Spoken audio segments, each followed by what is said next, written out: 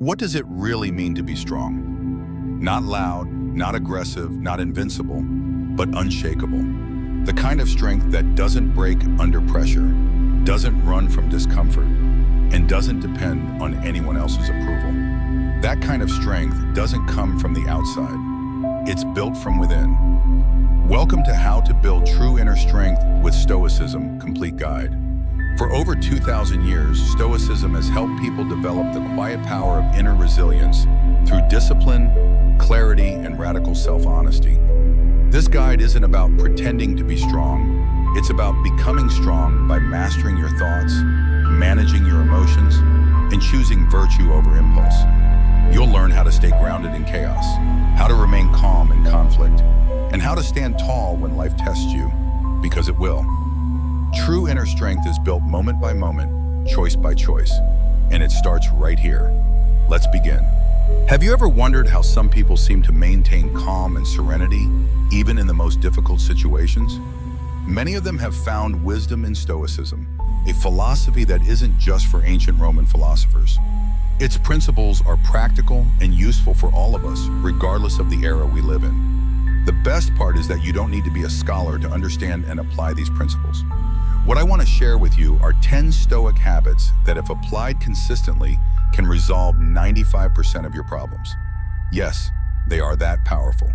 The foundation of Stoicism rests on the understanding that we cannot control external events, but we can control our responses to them. This ancient wisdom, developed by philosophers like Marcus Aurelius, Seneca, and Epictetus, offers us practical tools for navigating life's challenges with grace and resilience.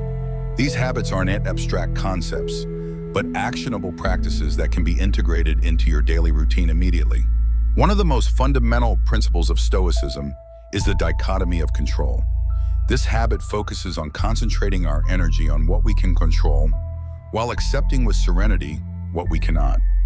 The wisdom of this approach is incredibly powerful and can completely change our perspective on problems. Epictetus, one of the great Stoic philosophers, said, "It's not things themselves that disturb us, but our opinions about those things." This quote perfectly captures the essence of this habit. What causes us anguish isn't what happens, but how we interpret and respond to what happens. Imagine you're trapped in a traffic jam. It's a frustrating situation, right? But in reality, the traffic jam itself has no power over you. What stresses you is your reaction to the jam. Maybe you worry about being late or feel like you're wasting time. But if you apply the dichotomy of control, you'll realize that you can't control the traffic, but you can control how you respond to it. You can use that time to listen to a podcast, practice deep breathing, or simply accept that you'll arrive when you arrive. Why does this habit work? Because it frees us from unnecessary frustration and stress. When we stop spending energy on things we can't change, we can concentrate our energy on what we can change. This not only makes us more effective, but also calmer and happier. This principle is like a muscle that you can strengthen with practice. The more you focus on controlling your own actions, thoughts, and reactions, while calmly accepting what's outside your control, the more serene and resilient you'll become. How can you start practicing this habit in your daily life? Every time you find yourself in a difficult situation, pause and ask yourself, can I control this? If the answer is yes, think about what you can do to improve the situation. If the answer is no, work on accepting the situation as it is and focus your energy on something you can control. Embracing mindful presence. The practice of mindfulness and awareness of the present moment may sound very modern and perhaps remind you of meditation, but the truth is that Stoics were already talking about this centuries ago.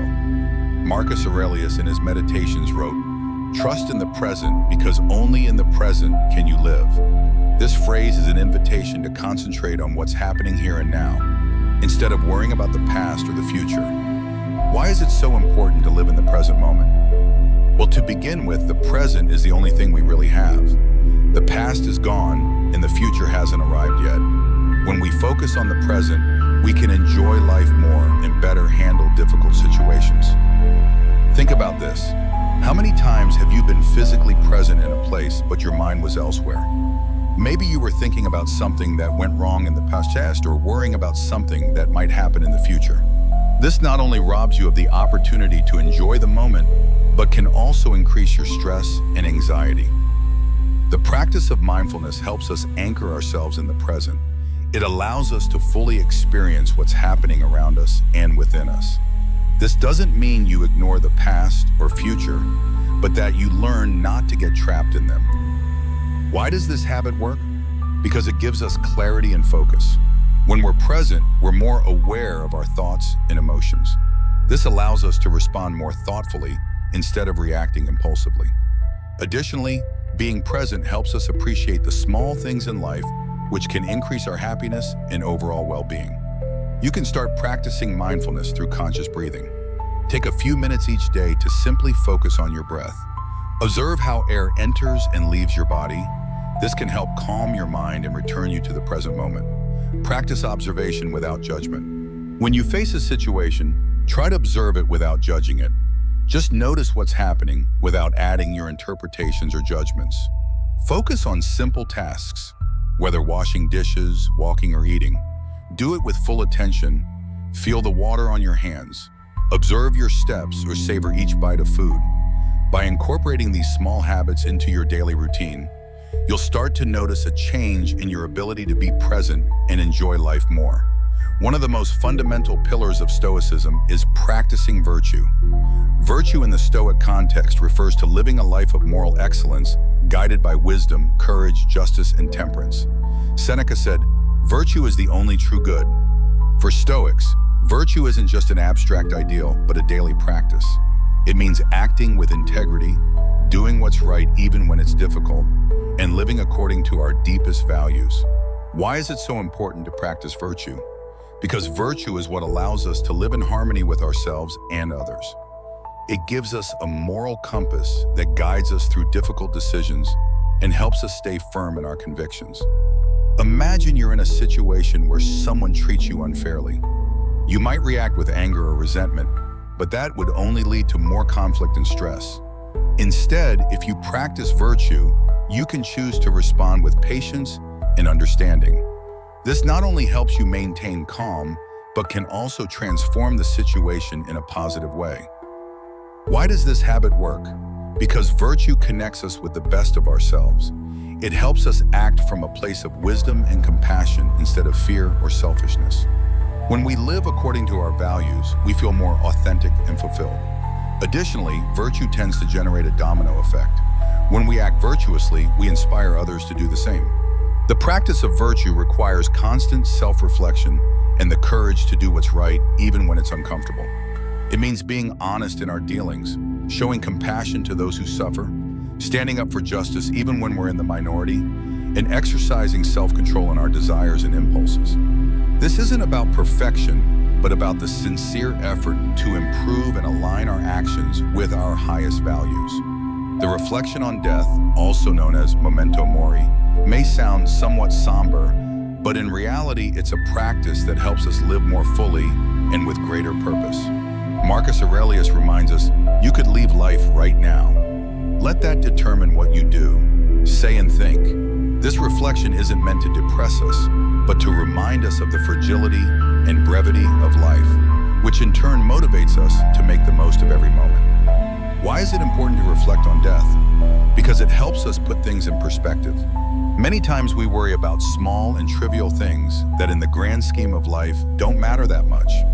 By remembering that our life has a limit, we can focus on what really matters: our relationships, our values, and our passions. Imagine you have an argument with a friend. In the heat of the moment, it might seem very important to be right or win the argument. But if you remember that both your life and your friend's life are finite, that perspective can help you step back, value the friendship over the disagreement, and seek a peaceful resolution. Why does this habit work? Because it gives us clarity and helps us prioritize. It reminds us that we don't have all the time in the world, so we must be intentional about how we use it. It frees us from trivialities and allows us to focus on what really makes us happy and fulfilled. You can practice memento mori by meditating on your mortality. Dedicate a few minutes each day to reflect on the fact that your time is limited. This doesn't have to be a negative experience, but an opportunity to more deeply appreciate your life. Use the reflection on death as a reminder to live in the present moment. Enjoy the small things. Say what you need to say to the people you love and do things that you're passionate about. Make plans, but live in the now. Plan your future, but don't obsess over it. Live each day as if it were your last, doing things that make you feel alive and connected with your values. By incorporating memento mori into your life, you'll find a new appreciation for each day and each moment. It will help you live more fully and meaningfully, focusing on what really matters. Developing emotional fortitude, yet crucial for living a balanced and happy life. Stoics believe that having control over our emotions is essential for well-being. Seneca said, "Difficulty strengthens the mind as work does the body." This quote shows us that facing and overcoming difficulties is a way to build our emotional fortitude. Why is it important to develop emotional fortitude? Because our emotions can be like waves in the ocean, sometimes calm and other times stormy. The important thing is to learn to surf those waves instead of being dragged by them. Facing and overcoming difficulties not only makes us stronger, but also prepares us for future adversities. Why does this habit work? Because emotional fortitude, it allows us to maintain calm and clarity even in difficult situations. It helps us respond thoughtfully instead of reacting impulsively. This doesn't mean suppressing our emotions, but learning to understand and manage them constructively. You can start developing emotional fortitude by recognizing your emotions. The first step to managing your emotions is recognizing them. When you feel a strong emotion arising, take a moment to identify it. Is it anger, fear, sadness? Giving a name to your emotion can help you understand it better. Practice deep breathing, which is a powerful tool for calming your mind and body. When you feel a strong emotion dominating you, pause and take some deep breaths. This can help you center yourself and reduce the intensity of your emotions. Reflect before acting. Before reacting to a situation, take a moment to reflect. Ask yourself, how do I want to respond to this? What outcome am I seeking? This pause can give you the perspective needed to respond more effectively. Look for learning in difficulties. Instead of seeing difficulties as obstacles, view them as opportunities to grow and learn. Each challenge you face can strengthen your resilience and your ability to handle future adversities. Developing emotional fortitude is a continuous process. The more you practice these strategies, the easier it will be to maintain calm and clarity in difficult situations. Gratitude is a powerful practice that can change our perspective and increase our happiness. Epictetus said, "There is nothing more to thank life for than what it gives us." This quote highlights the importance of being grateful for what we have instead of focusing on what we lack. Why is it important to cultivate gratitude? Because when we're grateful, we shift our attention from the negative to the positive. This not only makes us feel better, but can also improve our mental and emotional health. Gratitude helps us appreciate the good things in our life and not take anything for granted. Think about a typical day. It's easy to focus on problems and difficulties, but if you take a moment to reflect, you'll surely find many things to be grateful for. A delicious meal, a pleasant conversation, an unexpected act of kindness. Why does this habit work? Because gratitude anchors us in the present and helps us recognize and value the good things in our life. This can increase our sense of well-being and satisfaction. Additionally, practicing gratitude regularly can strengthen our relationships and make us more resilient to difficulties. You can start cultivating gratitude by keeping a gratitude journal. Each day, write down at least 3 things you're grateful for. They can be small or large things. The important thing is to recognize and appreciate the positive in your life. Express your gratitude to others. Take time to thank the people around you. It can be a simple thank you or a written note. Expressing gratitude strengthens your relationships and creates a positive environment around you. Reflect on the good in your life. Dedicate a few minutes each day to reflect on the good things you have. It can be useful to do this at the end of the day as a way to close on a positive note. Cultivating gratitude is a practice that can transform your perspective and increase your happiness. I encourage you to start incorporating these practices into your daily life and observe the positive changes they can bring. In a world that often values accumulation and complexity, simplicity is a powerful way to find peace and clarity. Seneca advises us, it's better to have little with tranquility than much with unrest. This quote reminds us that we don't need a life full of material things or complex activities to be happy. In fact, often less is more. Why is it important to maintain simplicity? Because simplicity frees us from distractions and allows us to focus on what really matters. It helps us reduce stress and find more time and energy for things that make us happy. Imagine having fewer things to maintain and fewer commitments to fulfill. This gives you more freedom and space to enjoy life. Additionally, when we simplify, we can appreciate more what we have. Why does this habit work? Because simplicity eliminates noise and distractions from our life. It allows us to focus on our priorities and live more intentionally. This not only reduces stress, but also increases our sense of well-being and satisfaction. You can start maintaining simplicity by getting rid of the unnecessary. Do a regular cleaning of your belongings and get rid of what you don't need. Keep only what brings you joy or utility. Simplify your schedule by reviewing your commitments and eliminating those that aren't essential. Learn to say no to things that don't align with your priorities. Focus on the essential by identifying the things that are really important to you and dedicating more time and energy to them. Leave aside things that don't contribute to your well-being. Maintaining simplicity is a habit that can bring much peace and clarity to your life. I encourage you to start simplifying and observe the benefits it brings. Self-discipline is fundamental in Stoicism because it helps us stay on the right path and act according to our values and objectives. Epictetus reminds us, "No man is free who is not master of himself." This quote underlines the importance of self-discipline for achieving true freedom. When we're masters of ourselves, we can make conscious decisions and live according to our principles. Why is it important to practice self-discipline? Because self-discipline allows us to resist temptations and distractions that can divert us from our objectives. It helps us stay focused and persevere even when things get difficult. Think of someone who wants to improve their health. Without self-discipline, it's easy to give in to the temptation of eating unhealthy foods or skipping exercise. But with self-discipline, that person can maintain their commitment to their health goals even when it's not easy. Why does this habit work? Because self-discipline gives us control over our actions and decisions. It allows us to act consistently with our values and objectives, which leads to greater satisfaction and long-term success. You can start practicing self-discipline by establishing clear goals. Define what you want to achieve and set clear and achievable goals. This will give you a sense of direction and purpose. Create routines and habits that help you stay on the right path. For example, if you want to improve your health, establish a regular exercise routine and plan your meals in advance. Monitor your progress by keeping a record of your progress and celebrating your achievements. This will help you stay motivated and adjust your strategies as necessary. Practicing self-discipline is a habit that can transform your life and help you achieve your goals. I encourage you to start incorporating these strategies into your daily routine and observe the positive changes they can bring. Resilience is the ability to recover from difficulties and move forward with strength and determination. Marcus Aurelius said, "The rock is struck and remains. The hammer is worn down by it." This quote shows us that, like the rock, we must be resilient and remain firm in the face of adversities.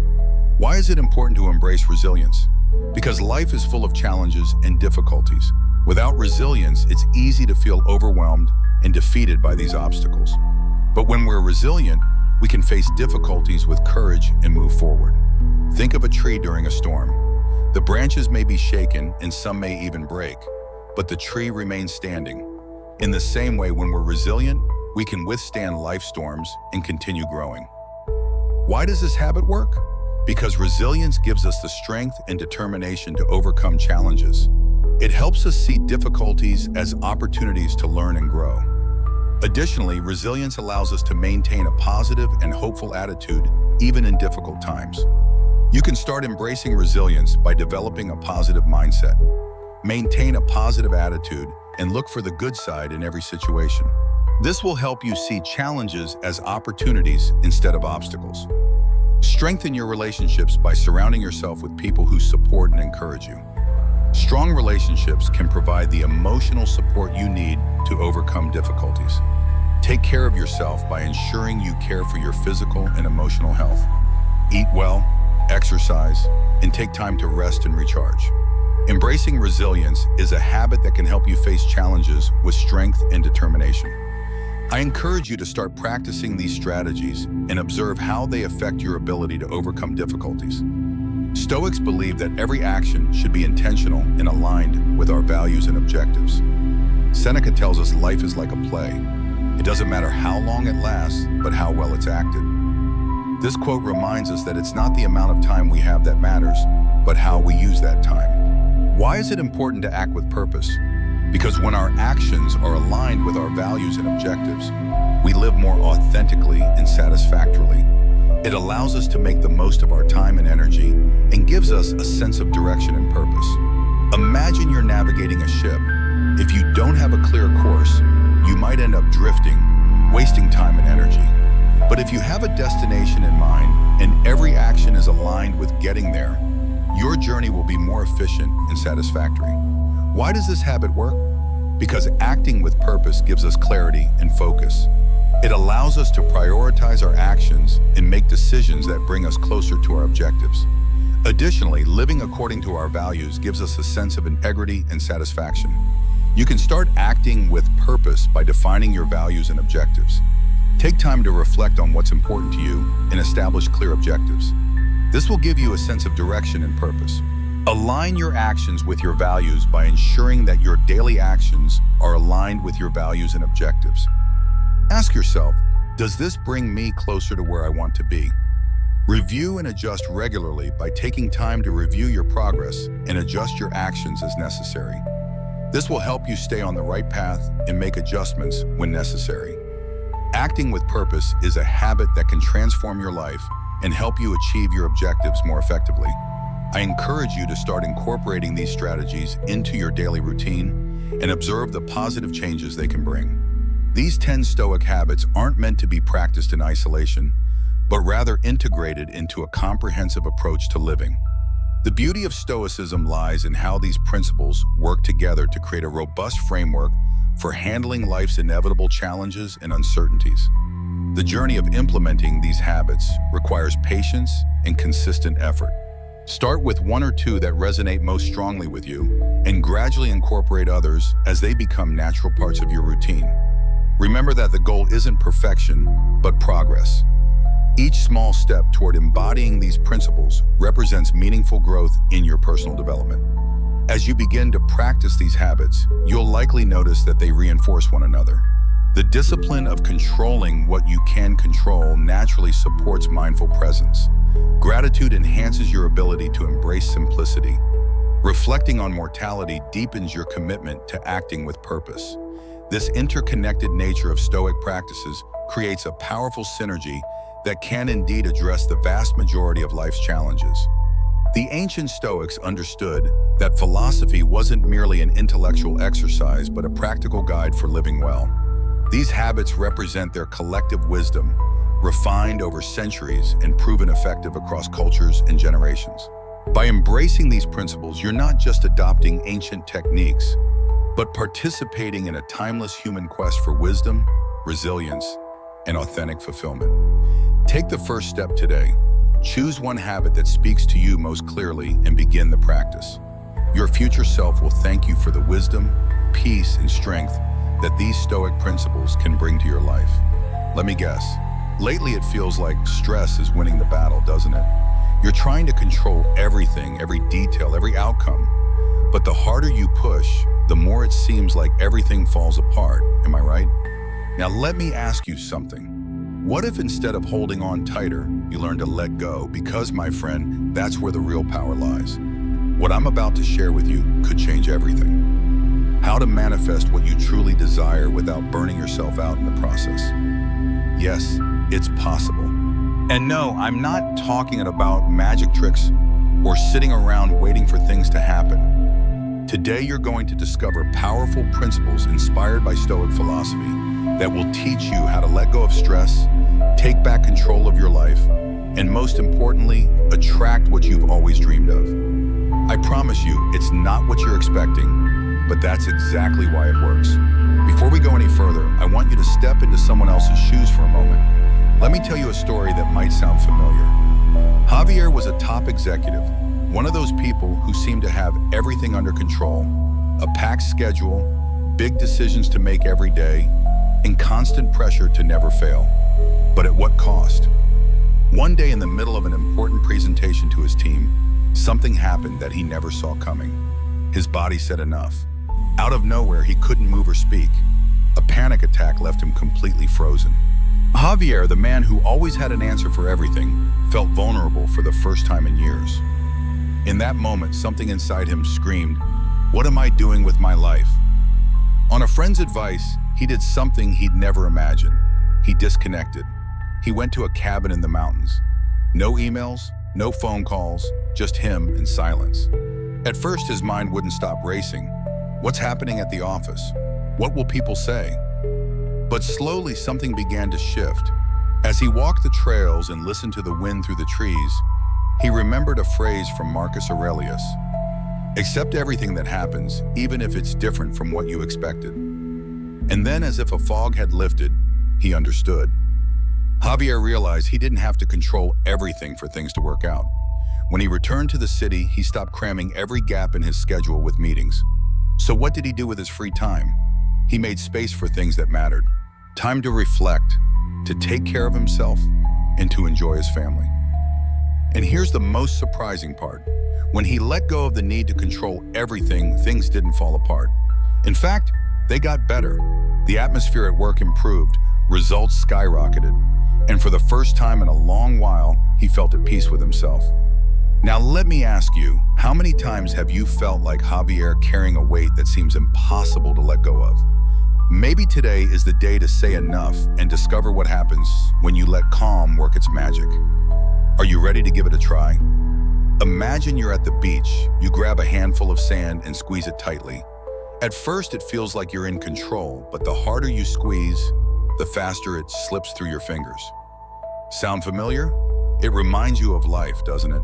When you try to control everything, trust me, the more you fight to dominate every detail, the faster it all seems to fall apart. And there you are, stuck in a cycle that leaves you exhausted, frustrated, and further away from what you really want. Let's be real. Clinging to constant control isn't getting you anywhere. It's like trying to drive a car with the handbrake on. What happens? You don't move an inch. All you do is burn out and stay stuck. But what happens when you release that brake? That's right. You move forward with less effort and more ease. And that's exactly what you need to do in life. Let go. Now, don't get me wrong. Letting go doesn't mean giving up. It means trusting the process. And when you do, when you stop holding on so tightly, something amazing happens. Things start to fall into place on their own. Picture this. You're on a family trip. You've planned every detail to perfection. The exact departure time, where to eat, even games to keep the kids entertained. But of course, nothing goes as planned. There's terrible traffic, it starts pouring rain, and your kids decide it's the perfect moment to throw a tantrum. What do? Do you lose it because the universe isn't following your plan? Or do you accept that some things are beyond your control? Because, my friend, that's life. You can't control traffic, the rain, or tantrums, but you can choose how you react. And this is where Stoicism works its magic. Marcus Aurelius in his Meditations left us a timeless lesson. Accept the things to which fate binds you and love the people with whom fate brings you together, but do so with all your heart. It's like he's telling you, stop wasting energy flooring the gas pedal while the handbrake is still on. Release it and you'll move forward with less resistance, because at the end of the day, what matters more that everything goes perfectly or that you actually enjoy the journey. I get it. This idea of letting go sounds easier said than done, but don't worry, I'm here to help. Let me share 3 simple steps you can start practicing today. Not only will they help you let go, but they'll also prepare you to relax and attract the things you truly desire. First, write your worries down on a piece of paper. Don't overthink it. Just write something like, look, I'm trying to control this, but I realize I can't. Then crumple that paper up and throw it away. Literally, why must? Because it's like telling your mind, this doesn't weigh on me anymore. Second, use the red light pause. Whenever something doesn't go as planned, take a few seconds to breathe. Inhale to a count of 4. Hold it and exhale to a count of 6. This is your daily reminder that sometimes taking a pause is the only way to move forward. Third, make space in your schedule for nothing. Yes, nothing. Even if it's just 15 minutes, what can you do? Listen to music, gaze at the sky, or simply enjoy the silence. It's in those moments that your clearest ideas and deepest desires have room to surface. When you stop trying to control every moment, you begin to think clearly and manifest everything you desire. And here's the surprising part. When you learn to let go, life doesn't fall apart like you feared.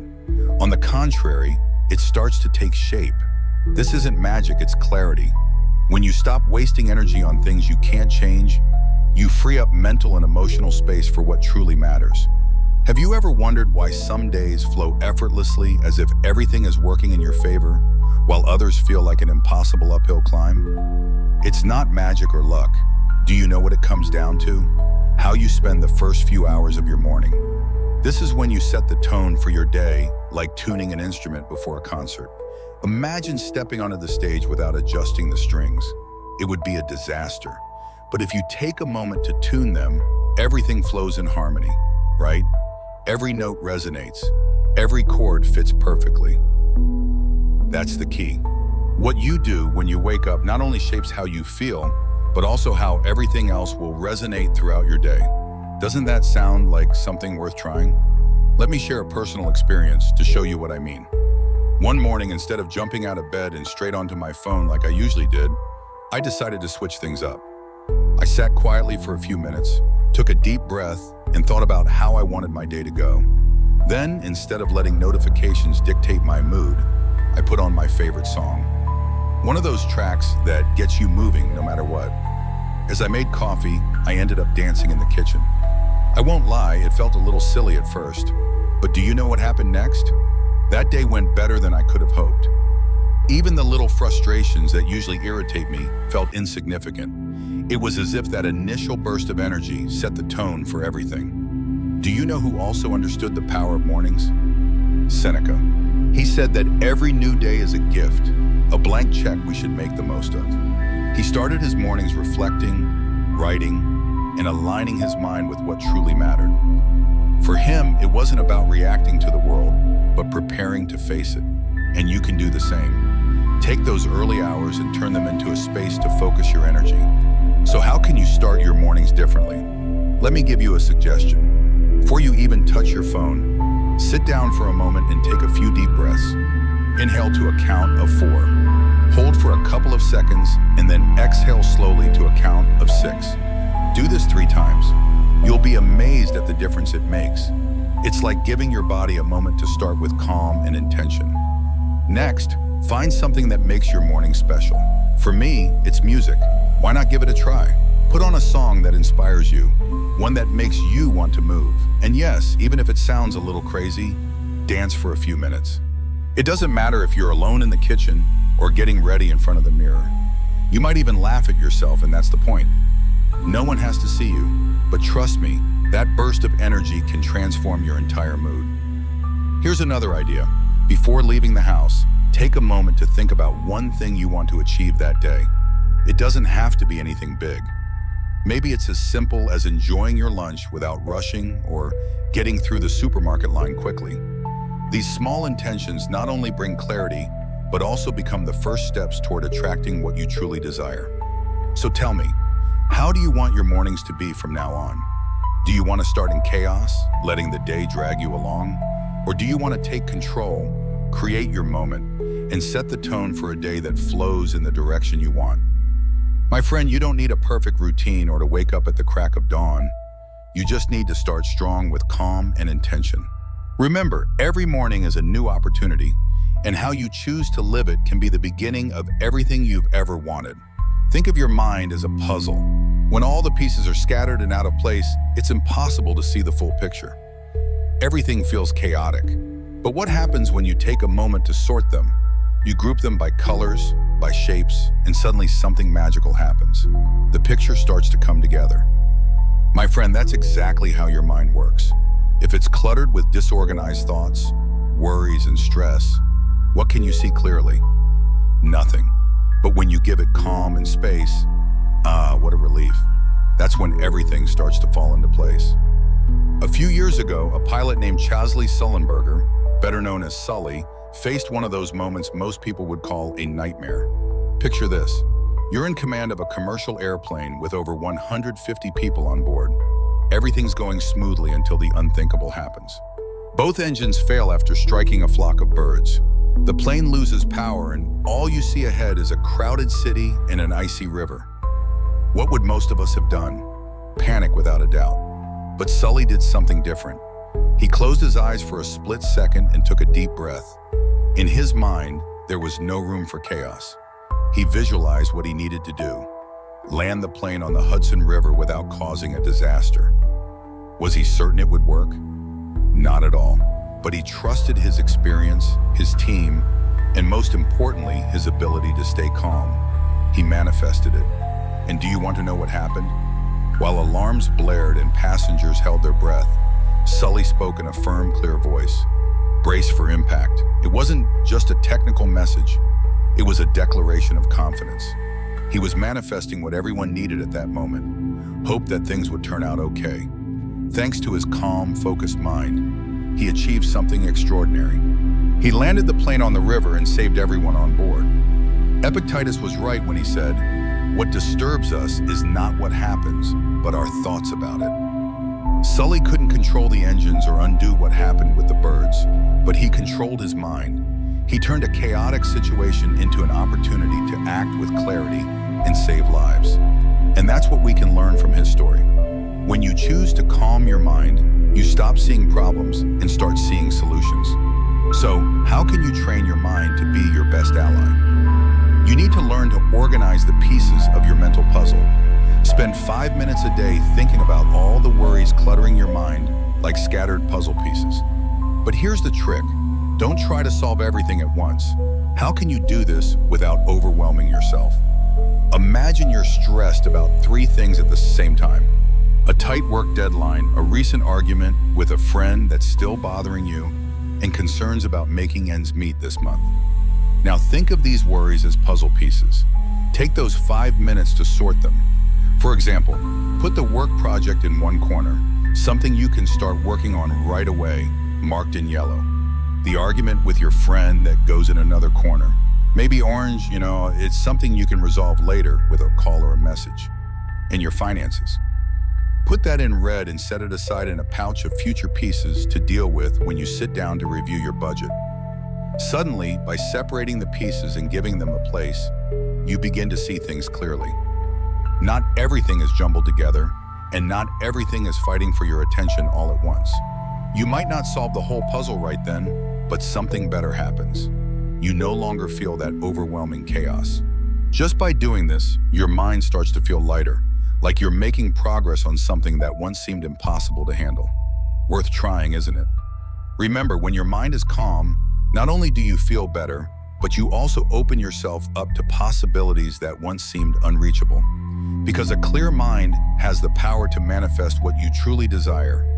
Maybe it's time to stop trying to control everything and start trusting more in the strength you already have within you. Have you noticed that rushing is like a hot pan with no oil? It just burns everything faster. And the worst part is nothing turns out the way you wanted. Let me tell you the truth. Calmness isn't slowness, it's strategy. It's doing things at the pace they need to flow smoothly and come out right. Picture this. You're cooking for a special dinner. You've invited friends and everything is planned. But you get home late and start chopping ingredients in a rush. The vegetables are uneven. Sauce spills everywhere. And on top of that, the pasta overcooks because you're distracted by the oven. When you serve the dish, it's nothing like what you envisioned. Sound familiar? Now think of the opposite. You give yourself time. You chop the ingredients carefully, enjoying the process. You taste the sauce as it cooks, adjusting the flavors. The pasta turns out perfectly al dente. And the result, not only is it a delicious dish, but you also enjoyed the experience. Do you think that's just a coincidence? It's not. Rushing doesn't just ruin recipes, it ruins opportunities. And often we rush because we see others getting everything done as if life were a race. But listen to me, my friend. Everyone has their own rhythm. Comparing yours to someone else's is like trying to make a plant grow faster just by staring at it. Marcus Aurelius understood this well. He said, "The mind is like water. When it's calm, it reflects the world clearly." As an emperor, he had enormous responsibilities on his shoulders, but he didn't tackle everything at once. He reflected, prioritized, and acted with calm. Even in the middle of crisis, he kept his mind steady to make wise decisions. It wasn't about doing things faster, but doing them better. I know slowing down isn't easy when everything seems to be moving at lightning speed, but what if I told you that those small moments of calm are what open the door for things to start falling into place? Before starting any task, stop for 2 minutes, just 2. Take a deep breath and ask yourself, what's the most important thing I can do right now? Mentally organize your steps as if you're tidying up your mind's desk. This simple ritual won't just give you clarity, it'll help you act from a more relaxed state. And when you're relaxed, things flow better. It's like everything starts aligning with you and stop wasting time on multitasking. I know it seems like juggling several things at once is the key to success. But here's the truth no one tells you. You won't do any of those tasks well. So what should you do? Pick one task, just one, and give it your full attention. It's like planting a seed. If you give it the care and time it needs, it will grow strong. And once you finish that task, move on to the next. You won't just get more done, you'll do it better. With calmness, you create the space for what you truly desire to manifest more clearly. As the writer and philosopher Ralph Waldo Emerson said, "Adopt the pace of nature. Her secret is patience." And he couldn't be more right. Calmness doesn't just improve results, it lets you enjoy the process. Imagine how your life would change if instead of racing against the clock, you chose to move forward calmly, savoring each step. No matter how much you have to do, if you take the time to do it well, everything starts to flow. And the best part, you'll feel more in control, more at peace. Because when you do things calmly, you create space for what you truly desire to start taking shape. Picture this. Someone hands you a box and tells you that inside is everything you're missing in life. Everything that would change your world if you had it. Excited, you open it, expecting to find something extraordinary. But all you see is a mirror. At first, you're confused. What does this mean? And then it hits you. You don't need more. You just need to see what you already have through new eyes. So often, we're so focused on what's next, what we're chasing, that we forget to appreciate where we are now. But here's the secret. When you start being grateful for what you already have, something shifts. Life feels lighter, stress fades, and almost like magic, you begin to attract more good things. And speaking of seeing what we already have differently, let me tell you a story that perfectly illustrates this. It's about a farmer who, like many of us, couldn't stop thinking about all he was missing until he learned an unexpected lesson. Every day he complained about how small and uncomfortable his house was. There's no space. I can't rest. Why does this have to be my life?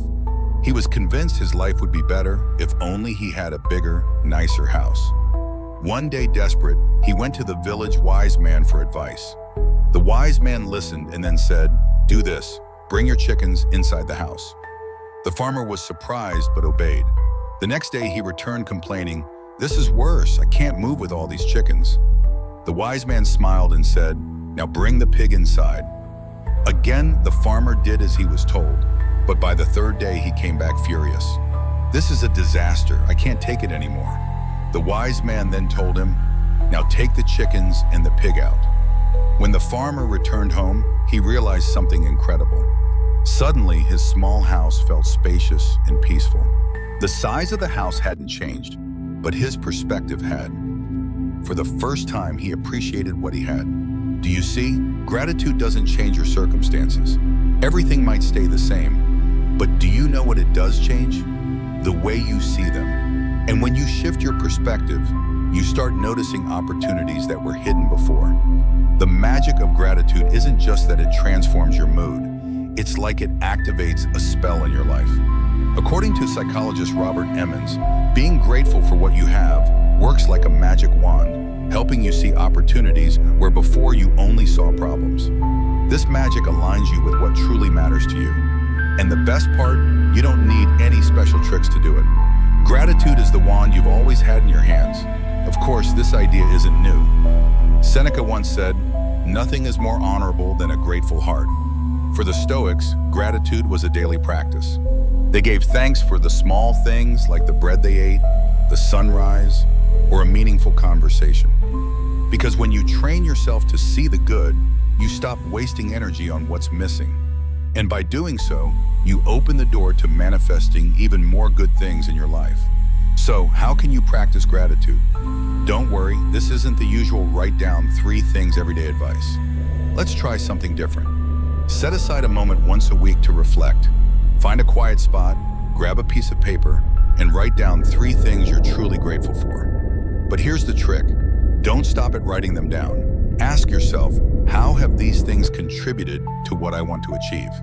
For example, maybe a friend's support has kept you strong, or a recent challenge has shown you what really matters. Reflecting on this doesn't just help you relax, it starts aligning your mind with your goals. The more you focus on the good you already have, the easier it becomes to attract what you want. It's as if every small thing you're grateful for builds the path toward your goals step by step without you even realizing it. My friend, let me ask you, what are you grateful for today? This simple act of recognition could be your first step toward manifesting what you desire. Because when you're grateful, you're telling the universe, I'm ready to receive more.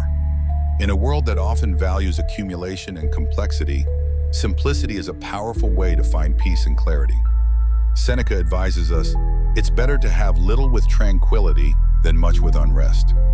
This quote reminds us that we don't need a life full of material things or complex activities to be happy. In fact, often less is more. Why is it important to maintain simplicity? Because simplicity frees us from distractions and allows us to focus on what really matters. It helps us reduce stress and find more time and energy for things that make us happy. Imagine having fewer things to maintain and fewer commitments to fulfill. This gives you more freedom and space to enjoy life. Additionally, when we simplify, we can appreciate more what we have. Think about the last time you tried to find something important in a cluttered room. You probably spent more time searching than actually using what you were looking for. Now imagine that same room but organized and simplified. Everything has its place and you can find what you need instantly. That's what simplicity does for your life. It removes the clutter so you can focus on what truly matters. But simplicity isn't just about physical possessions. It's about mental clarity too. When your schedule is packed with activities that don't align with your values, when your mind is constantly switching between different priorities, when you're saying yes to everything and everyone, that's complexity at its worst. It's exhausting, overwhelming, and it pulls you away from your authentic self. Consider the Japanese concept of MR, the power of empty space. In Japanese aesthetics, the space between objects is just as important as the objects themselves. This emptiness isn't vacant or wasted. It's purposeful and necessary. It allows each element to breathe, to be appreciated, to have meaning. Your life needs Ma too. Those empty spaces that allow you to breathe, reflect, and simply be. Why does this habit work? Because simplicity eliminates noise and distractions from our life. It allows us to focus on our priorities and live more intentionally. This not only reduces stress, but also increases our sense of well-being and satisfaction. When you remove what doesn't serve you, what remains becomes more precious, more meaningful. You can start maintaining simplicity by getting rid of the unnecessary. Do a regular cleaning of your belongings and get rid of what you don't need. Keep only what brings you joy or utility, but don't stop there. Apply this principle to your digital life too. Unsubscribe from emails that no longer interest you. Unfollow social media accounts that make you feel bad about yourself. Delete apps that waste your time without adding value. Simplify your schedule by reviewing your commitments and eliminating those that aren't essential. Learn to say no to things that don't align with your priorities. Remember, every yes to something unimportant is a no to something that matters. This isn't about being antisocial or selfish. It's about being intentional with your energy and time. Focus on the essential by identifying the things that are really important to you and dedicating more time and energy to them. Leave aside things that don't contribute to your well-being. Ask yourself regularly, does this add value to my life? Does this bring me closer to who I want to be? Maintaining simplicity is a habit that can bring much peace and clarity to your life. It's not about living with less for the sake of it. It's about making room for more of what matters. When you embrace simplicity, you're not depriving yourself. You're creating space for abundance in the areas that truly count. Self-discipline is fundamental in Stoicism because it helps us stay on the right path and act according to our values and objectives. Epictetus reminds us, "No man is free who is not master of himself." This quote underlines the importance of self-discipline for achieving true freedom. When we're masters of ourselves, we can make conscious decisions and live according to our principles. But let's be honest, self-discipline often gets a bad reputation. People think it means living a life of rigid rules and joyless restrictions. That's not what we're talking about here. True self-discipline isn't about punishing yourself or living like a monk. It's about having the freedom to choose your responses rather than being a slave to your impulses. Think about it this way. Imagine you're driving a powerful car. Without the steering wheel, brakes, and your ability to control the vehicle, that power becomes dangerous and useless. Self-discipline is like having control of that car. It doesn't limit the car's power. It directs it purposefully toward your destination. Why is it important to practice self-discipline? Because self-discipline allows us to resist temptations and distractions that can divert us from our objectives. It helps us stay focused and persevere even when things get difficult. But more than that, it gives us the confidence that comes from knowing we can rely on ourselves. Think of someone who wants to improve their health. Without self-discipline, it's easy to give in to the temptation of eating unhealthy foods or skipping exercise. The pleasure is immediate, but the consequences accumulate over time. But with self-discipline, that person can maintain their commitment to their health goals even when it's not easy. They understand that the temporary discomfort of discipline weighs far less than the permanent weight of regret. The beauty of self-discipline is that it compounds. Every time you choose the harder right over the easier wrong, you build what researchers call willpower muscle. You prove to yourself that you can be trusted, that your word to yourself means something. This builds confidence that spills over into every area of your life. Why does this habit work? Because self-discipline gives us control over our actions and decisions. It allows us to act consistently with our values and objectives, which leads to greater satisfaction and long-term success. When you have self-discipline, you're no longer at the mercy of your moods, circumstances, or other people's opinions. You become the author of your own story. You can start practicing self-discipline by establishing clear goals. Define what you want to achieve and set clear and achievable goals. This will give you a sense of direction and purpose. But make sure these goals are yours, not what others expect of you. When your goals align with your values, discipline feels less like restriction and more like freedom. Create routines and habits that help you stay on the right path. For example, if you want to improve your health, establish a regular exercise routine and plan your meals in advance. The key is to make the right choices automatic. When you have to rely on willpower alone, you'll eventually fail. But when you create systems and routines, you set yourself up for success. Start small and build momentum. Don't try to transform your entire life overnight. Pick one area where you want to improve your discipline and focus on that. Maybe it's waking up 15 minutes earlier, or reading for 10 minutes before bed, or taking a short walk after lunch. These small victories build confidence and create momentum for bigger changes. Monitor your progress by keeping a record of your progress and celebrating your achievements. This will help you stay motivated and adjust your strategies as necessary. But be compassionate with yourself when you fall short. Self-discipline isn't about perfection. It's about getting back on track quickly when you veer off course. Practicing self-discipline is a habit that can transform your life and help you achieve your goals. It's the bridge between who you are now and who you want to become. When you develop genuine self-discipline, you gain something invaluable: the ability to trust yourself completely. Resilience is the ability to recover from difficulties and move forward with strength and determination. Marcus Aurelius said, "The rock is struck and remains. The hammer is worn down by it." This quote shows us that, like the rock, we must be resilient and remain firm in the face of adversities. But resilience isn't just about enduring hardship, it's about growing through it. It's the difference between being a victim of your circumstances and being the hero of your own story. Resilient people don't avoid problems. They develop the skills to handle them with grace and even find opportunities within them. Why is it important to embrace resilience? Because life is full of challenges and difficulties. Without resilience, it's easy to feel overwhelmed and defeated by these obstacles. But when we are resilient, we can face difficulties with courage and move forward. More than that, we can transform our struggles into strengths. Think of a tree during a storm. The branches may be shaken and some may even break, but the tree remains standing. In the same way, when we're resilient, we can withstand life storms and continue growing. But here's what's interesting. After a storm, trees often grow stronger. Their root systems deepen, their trunks thicken, and they become better prepared for future storms. This is exactly what happens to resilient people. Each challenge they overcome makes them stronger, wiser, and more capable. They develop what psychologists call post-traumatic growth, the positive psychological change that can result from struggling with adversity.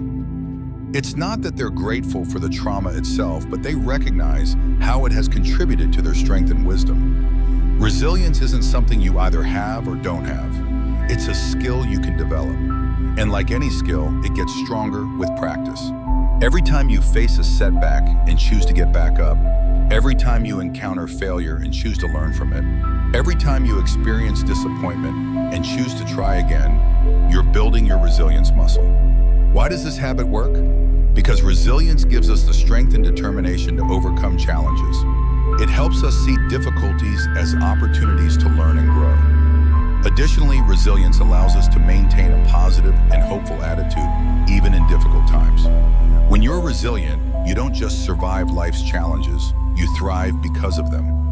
You can start embracing resilience by developing a positive mindset. Maintain a positive attitude and look for the good side in every situation. This doesn't mean being unrealistically optimistic or denying real problems. It means training yourself to look for opportunities, lessons, and silver linings even in difficult circumstances. Strengthen your relationships by surrounding yourself with people who support and encourage you. Strong relationships can provide the emotional support you need to overcome difficulties, but also be willing to be that support for others. There's something powerful about helping others through their struggles. It reminds you of your own strength and creates meaningful connections. Take care of yourself by ensuring you care for your physical and emotional health. Eat well, exercise, and take time to rest and recharge. Resilience isn't just mental, it's physical too. When your body is strong and healthy, your mind is better equipped to handle stress and adversity. Learn from every setback. Instead of asking, "Why did this happen to me?" ask, "What can I learn from this?" Or "How can this make me stronger?" This shift in perspective transforms you from a victim into a student of life. Every challenge becomes a classroom. Every setback becomes a setup for a comeback. Embracing resilience is the habit that can help you face challenges with strength and determination. It's not about becoming invulnerable, it's about becoming anti-fragile, getting stronger when things get tough. When you develop true resilience, you realize that you're capable of handling whatever life throws at you. Close your eyes for a moment. Picture yourself in a movie theater. The lights dim, the projector hums to life, and something unexpected appears on the screen. It's you. You're the main character in the film. But this isn't just any movie. It's the story of your life exactly as you've always dreamed it. Everything is there. Your goals achieved, the people who inspire you, the moments that make your heart race. You can see every detail clearly as if it's already happening. Now, my friend, here's the big question. What would this movie look like if you were the director? Believe me, visualization isn't just a nice exercise. It's a powerful tool. It's like writing the script for that movie before the cameras even start rolling. When you take the time to vividly imagine what you want, you're not just dreaming, you're training your mind to make it real. Because everything you build outwardly begins within. Think about it. If you don't have a clear idea of what you want, how can you expect to get there? As Seneca said, no wind is favorable for the sailor who doesn't know where he's going. In other words, you need a direction, a clear vision to guide you. But here's the key. It's not enough to just imagine it. You have to feel it as if it's already happening. That's the magic of this exercise. It helps you relax, align with your desires, and start moving toward them with confidence. Did you know that your brain doesn't distinguish between what you vividly imagine and what actually happens? That's what psychologist and author Joe Dispenza explains. When you visualize something in detail, your mind interprets it as if it's real. It's like creating an invisible blueprint for what you want to build.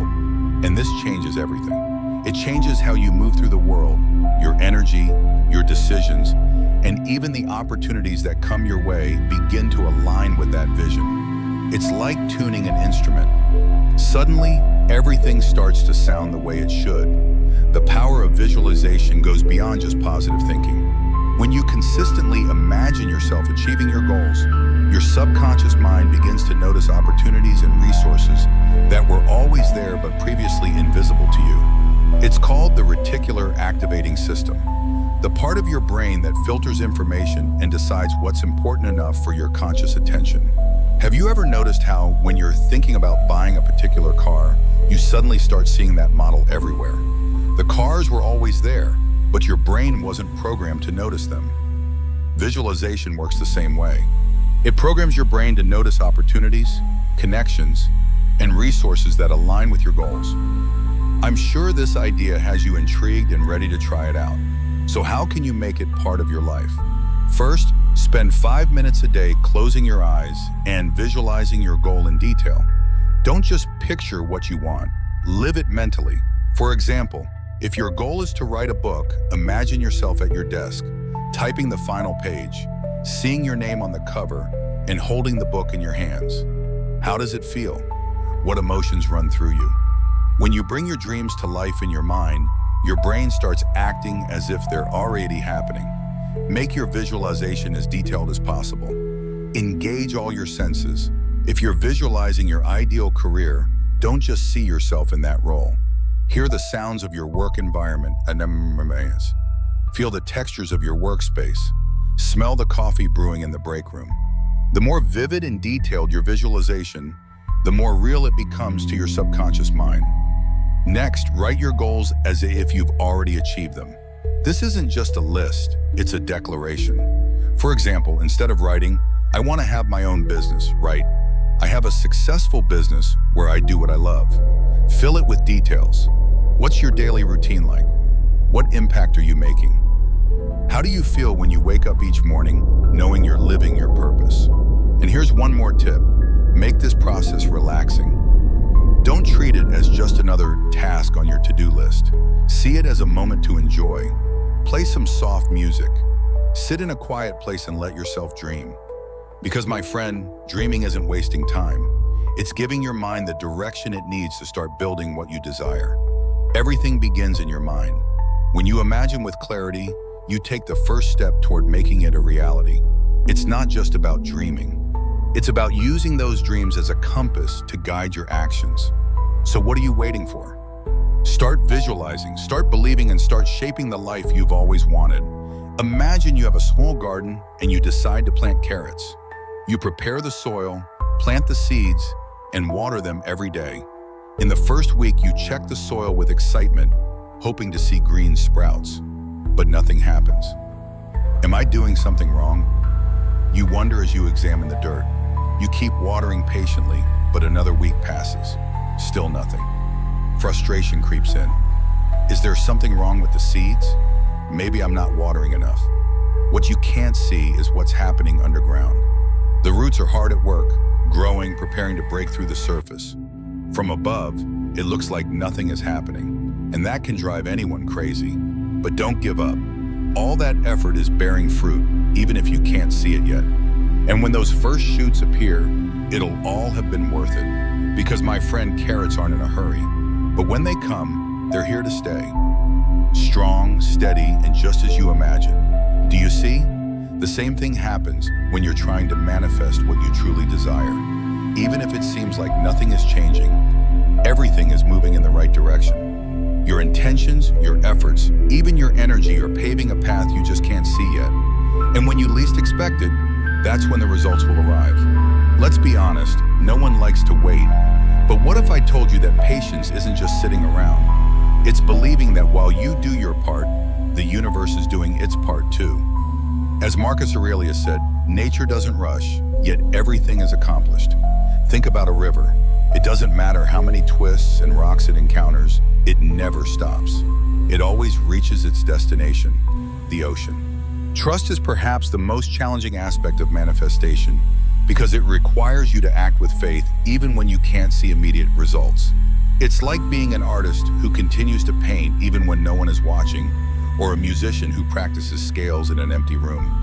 You must trust that your efforts are accumulating into something beautiful, even when the evidence isn't visible yet. Now imagine you're in a tough spot. You've decided your life needs a radical change. Quitting your office job, selling everything you don't need, and setting out to travel the world. Sounds exciting, right? But here comes reality. The first few weeks are a disaster. Your savings disappear faster than you expected. The jobs you thought you'd find aren't there, and you start questioning if you've made a huge mistake. You find yourself trying to control everything, obsessing over finding an immediate solution. But then you remember you need to trust in what's coming. You start applying what you've learned. You relax, write down your intentions, visualize clearly what you want, and let go of some of that control. And then something unexpected happens. In a casual conversation, someone mentions an opportunity, a work exchange program where you can stay at hosts while traveling. This is exactly what I needed, you say, jumping with joy. But do you see, you wouldn't have found it if you hadn't let your guard down and trusted in what was coming. My friend, don't get it wrong. Trust doesn't mean crossing your arms and waiting. You have to work at it, but you also need to relax and manifest everything you desire with calm. And when doubts creep in, because let's be honest, they will repeat this. I'm doing my part, the rest will come in its time. Write it down if you need to. Put it somewhere you'll see it every day. It's a reminder that you're not alone in this process. Trust also means being open to receiving what you've asked for in unexpected ways. Sometimes the universe delivers exactly what you need, but not in the package you expected. The job opportunity might come through a chance encounter rather than a formal application. The relationship you've been seeking might develop from a friendship you already have. The solution to your problem might come from a source you never considered. Never forget, trust in what's coming, because while you're planting the seed, life is already working to make it grow. And when you least expect it, you'll be surprised by the fruits you never imagined would come. Throughout this journey we've taken together, you've discovered powerful principles that can transform not just how you handle stress, but how you approach life itself. These aren't just techniques or tricks. They're pathways to becoming who you truly are beneath all the noise, pressure, and expectations that surround you daily. When you learn to let go of the need to control everything, you're not giving up power. You're accessing a different kind of power. The power that comes from flowing with life rather than fighting against it. The power that emerges when you trust in your own resilience and the natural unfolding of events. This is the power that the ancient Stoics understood. The power that comes from inner strength rather than external manipulation. Think about how different your life feels when you're not constantly pushing against the current. When you wake up each morning with intention rather than anxiety. When you face challenges as opportunities to grow rather than threats to avoid. When you appreciate what you have while working toward what you want. This isn't just a more pleasant way to live. It's a more effective way to manifest your deepest desires. The beautiful thing about these practices is that they work together synergistically. As you become more mindful and present, you naturally develop greater self-discipline. As you cultivate gratitude, you find it easier to embrace simplicity. As you build resilience, you discover deeper trust in life's process. Each element supports and strengthens the others, creating a robust foundation for a fulfilling life. But perhaps most importantly, you've learned that manifestation isn't about forcing outcomes or manipulating circumstances. It's about aligning yourself so completely with your authentic desires that you become a magnet for opportunities, relationships, and experiences that resonate with who you truly are. When you're living from this place of alignment, action becomes effortless and results feel natural rather than forced. Remember Javier's story from the beginning. His transformation wasn't about adding more to his life. It was about subtracting what didn't serve him. It was about creating space for what mattered. Your journey might look different, but the principle remains the same. Sometimes the most powerful action you can take is to stop taking action and start being present to what's already here. As you continue forward, carry with you the understanding that every moment is an opportunity to practice these principles. Every challenging situation is a chance to apply the dichotomy of control. Every morning is an opportunity to set your intention. Every setback is a chance to build resilience. Every success is an invitation to practice gratitude. The path of the Stoic isn't about becoming emotionless or detached from life. It's about becoming so grounded in your own values and so clear about what truly matters that external circumstances lose their power to disturb your inner peace. It's about developing such trust in your ability to handle whatever comes that you can take meaningful risks and pursue ambitious dreams without being paralyzed by fear. This is your invitation to step into a different way of being. Not perfect, not without challenges, but authentic and aligned. A way of living where stress becomes manageable, where setbacks become stepping stones, and where your deepest desires have the space they need to manifest naturally. The ancient wisdom you've encountered isn't ancient because it's outdated. It's ancient because it's timeless. These truths about human nature, about how to live well, about how to find peace in a chaotic world, they've been tested across centuries and cultures. They work because they're based on fundamental principles of how consciousness and reality interact. You now have the tools. You understand the principles. You've seen how they can work in practical everyday situations. The question isn't whether these approaches can transform your life. It's whether you'll commit to practicing them consistently enough to experience their full power. Start where you are with what you have and doing what you can. Trust the process. Embrace the journey and remember that every master was once a beginner. Your transformation doesn't require perfection. It requires presence, practice, and patience with yourself as you grow. The life you've been dreaming of isn't waiting for you to become someone else. It's waiting for you to become more fully yourself. And that journey begins with a single choice. The choice to let go of what no longer serves you and trust in what wants to emerge. Your future self is already grateful for the step you're about to take. Marcus Aurelius once wrote, "The happiness of your life depends upon the quality of your thoughts." In a world that constantly tries to dictate how we should feel, think, and act, imagine possessing the power to find inner peace and happiness, regardless of the circumstances swirling around you. That's not just powerful, it's revolutionary.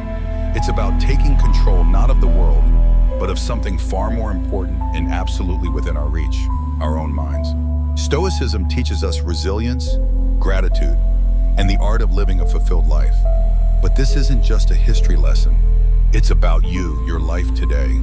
It's about facing the chaos of our modern world without losing your cool. It's about finding calm in the storm and happiness in the simplest of things. It's about transforming your mornings from something you dread into a powerful launchpad for a day filled with purpose and joy. So, if you've ever felt overwhelmed by the noise of life, if you've ever struggled to find a moment's peace, or if you're just curious about how ancient wisdom can be your secret weapon in the 21st century, what follows might just be the insight that changes everything for you. Let's dive into the Stoic strategies that can help us craft not just a morning routine, but a life filled with intention, resilience, and true happiness. There's a beautifully simple concept that comes from Japan that might sound like a fancy term, but it's actually one of the most profound approaches to living you'll ever encounter. It's about discovering that sweet spot where your passions, skills, societal needs, and what you can be paid for all intersect. It's your unique reason for being. That thing that makes the thought of hitting snooze just irrelevant because you're so excited to start your day. Imagine waking up each morning fueled by a clear purpose that excites you. Something that makes jumping out of bed feel natural rather than forced. This isn't about finding some grand, world-changing mission, though it could be. It's about understanding what drives you at your core and aligning your daily actions with that deeper calling.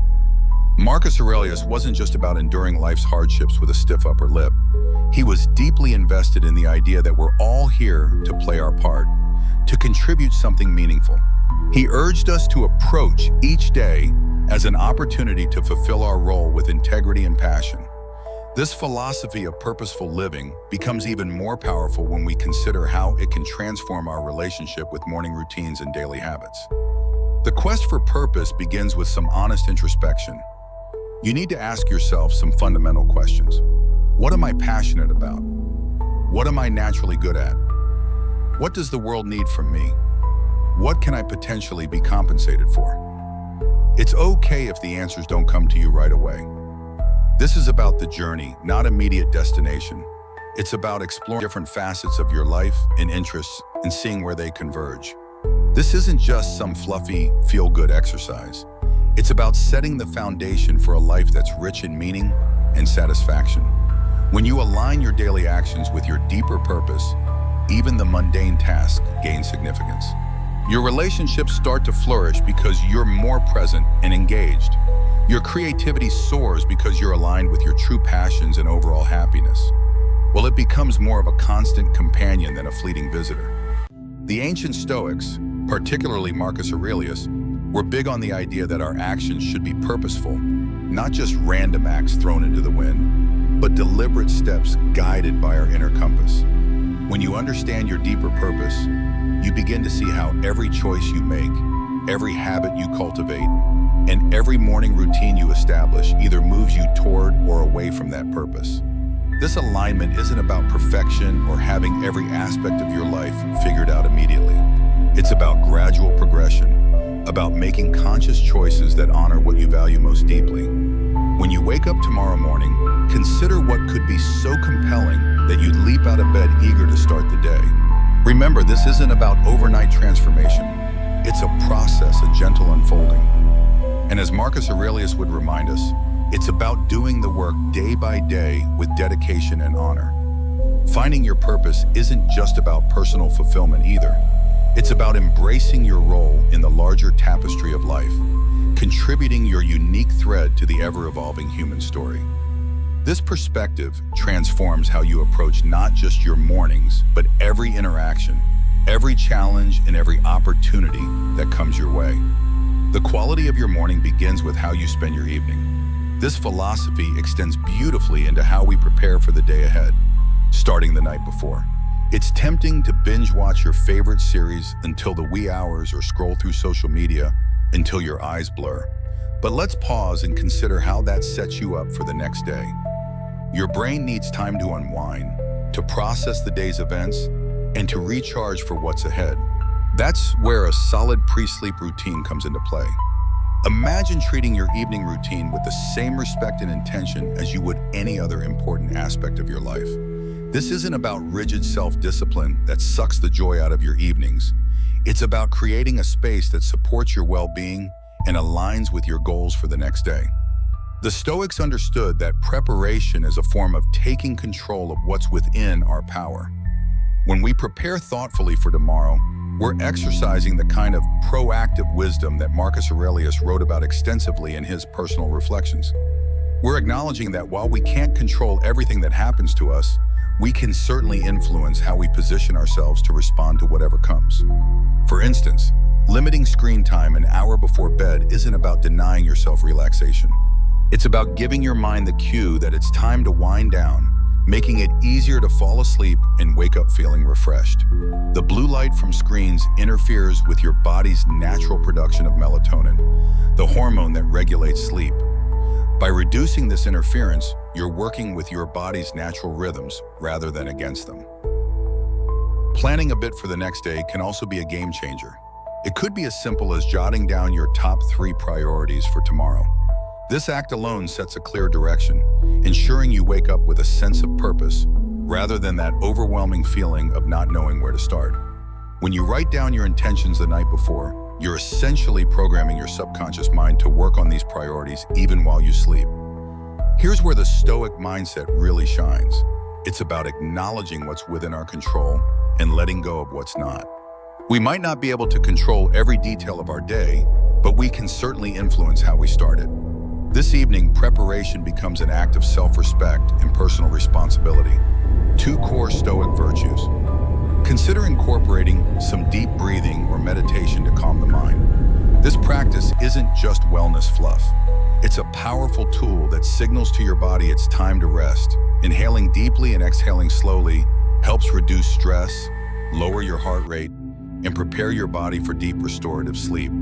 It's like pressing the reset button, ensuring you wake up not just physically refreshed, but mentally and emotionally prepared as well.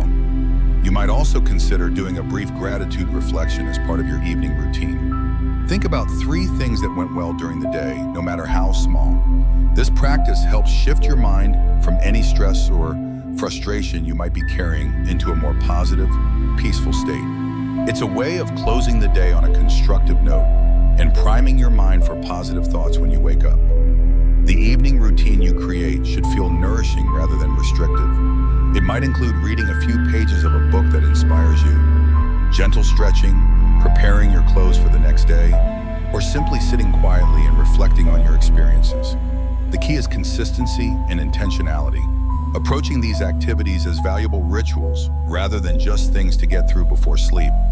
In today's always-on world, creating a morning space free from digital distractions might sound like a Herculean task, but it's absolutely vital for setting the tone of your entire day.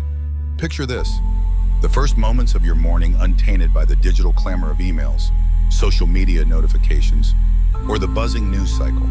It's just you, your thoughts, and the serene quiet of the dawn. That's not just refreshing, it's empowering. Marcus Aurelius was a strong advocate for living with intention and focus. He wasn't distracted by the ancient equivalent of notifications. And believe me, he had his share of distractions as the Emperor of Rome. Instead, he emphasized the importance of concentrating on the present moment and the task at hand. He knew something that's even more relevant today. The quality of your attention determines the quality of your life. So how do we apply this ancient wisdom in the modern age? First, it's about creating a morning space that's intentionally free from digital distractions. This isn't about shunning technology altogether, but rather choosing not to let it dictate the start of your day. It's tempting to roll over and immediately check your phone, but that instantly puts you in a reactive state, responding to the demands and dramas of the external world. Instead, give yourself the gift of a peaceful start. Imagine dedicating the first hour of your day to activities that nourish your soul and sharpen your mind. Maybe it's reading something that inspires growth, meditating to center yourself, journaling to clarify your thoughts, or simply enjoying a cup of coffee as you gaze out the window and prepare mentally for the day ahead. This isn't wasted time. It's an investment in your well-being. By avoiding distractions, you're not just avoiding stress, you're actively creating a reservoir of peace and focus that you'll draw from throughout the day. Think of it like filling up your emotional and mental gas tank before you hit the road. When you start your day from a place of calm centeredness, you're much better equipped to handle whatever challenges or opportunities come your way. Making the most of your mornings isn't about adding more to your to-do list. It's about subtracting the noise that doesn't serve you. It's about prioritizing what truly matters before the day's demands start pulling at your attention. This is where the Stoic practice of focusing on what's within your control comes into play perfectly. You might not be able to control the flood of emails waiting for you, but you can control how and when you choose to engage with them. Consider keeping your phone in another room while you sleep, or at least keeping it on airplane mode until you've completed your morning routine. This simple barrier creates the space you need to start your day intentionally rather than reactively. If you're worried about emergencies, remember that true emergencies are rare, and most urgent communications can wait an hour or two. The morning hours often represent our peak mental energy and creativity. When we immediately surrender this prime time to other people's agendas through emails, news, or social media, we're essentially giving away our best hours. Instead, protect this time fiercely. Use it for reflection, planning, creativity, or simply being present with yourself and your own thoughts.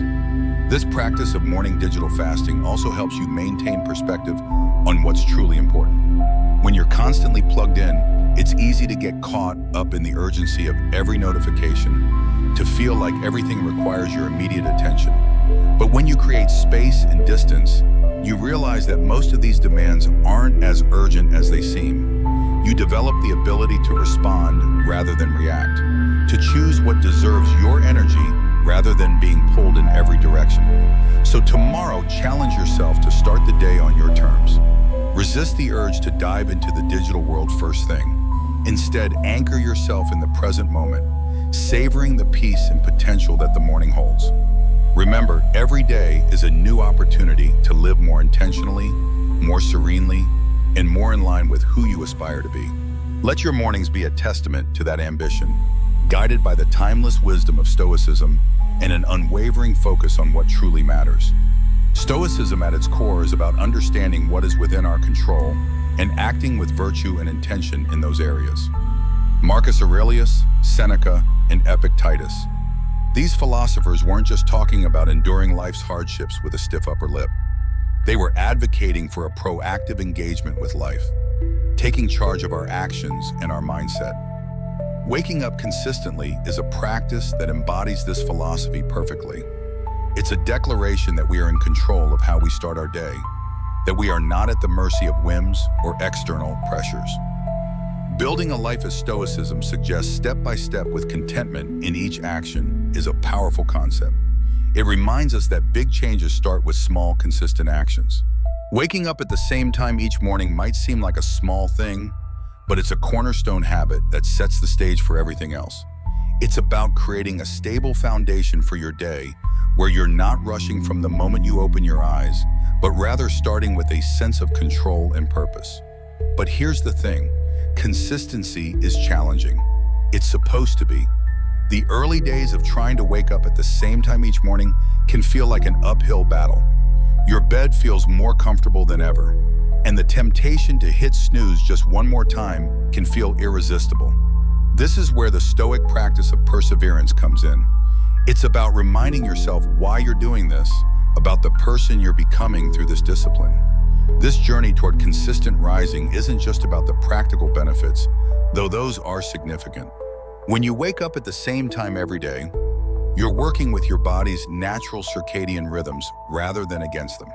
Your body begins to anticipate when it's time to wake up, making the process feel more natural over time.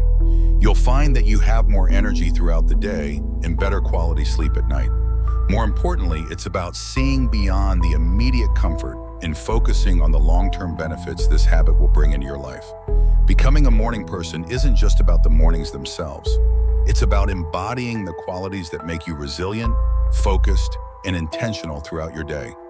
It's a practice in self-mastery, in aligning your actions with your values, and in cultivating the kind of life you want to live one morning at a time. So how do we make consistency our ally?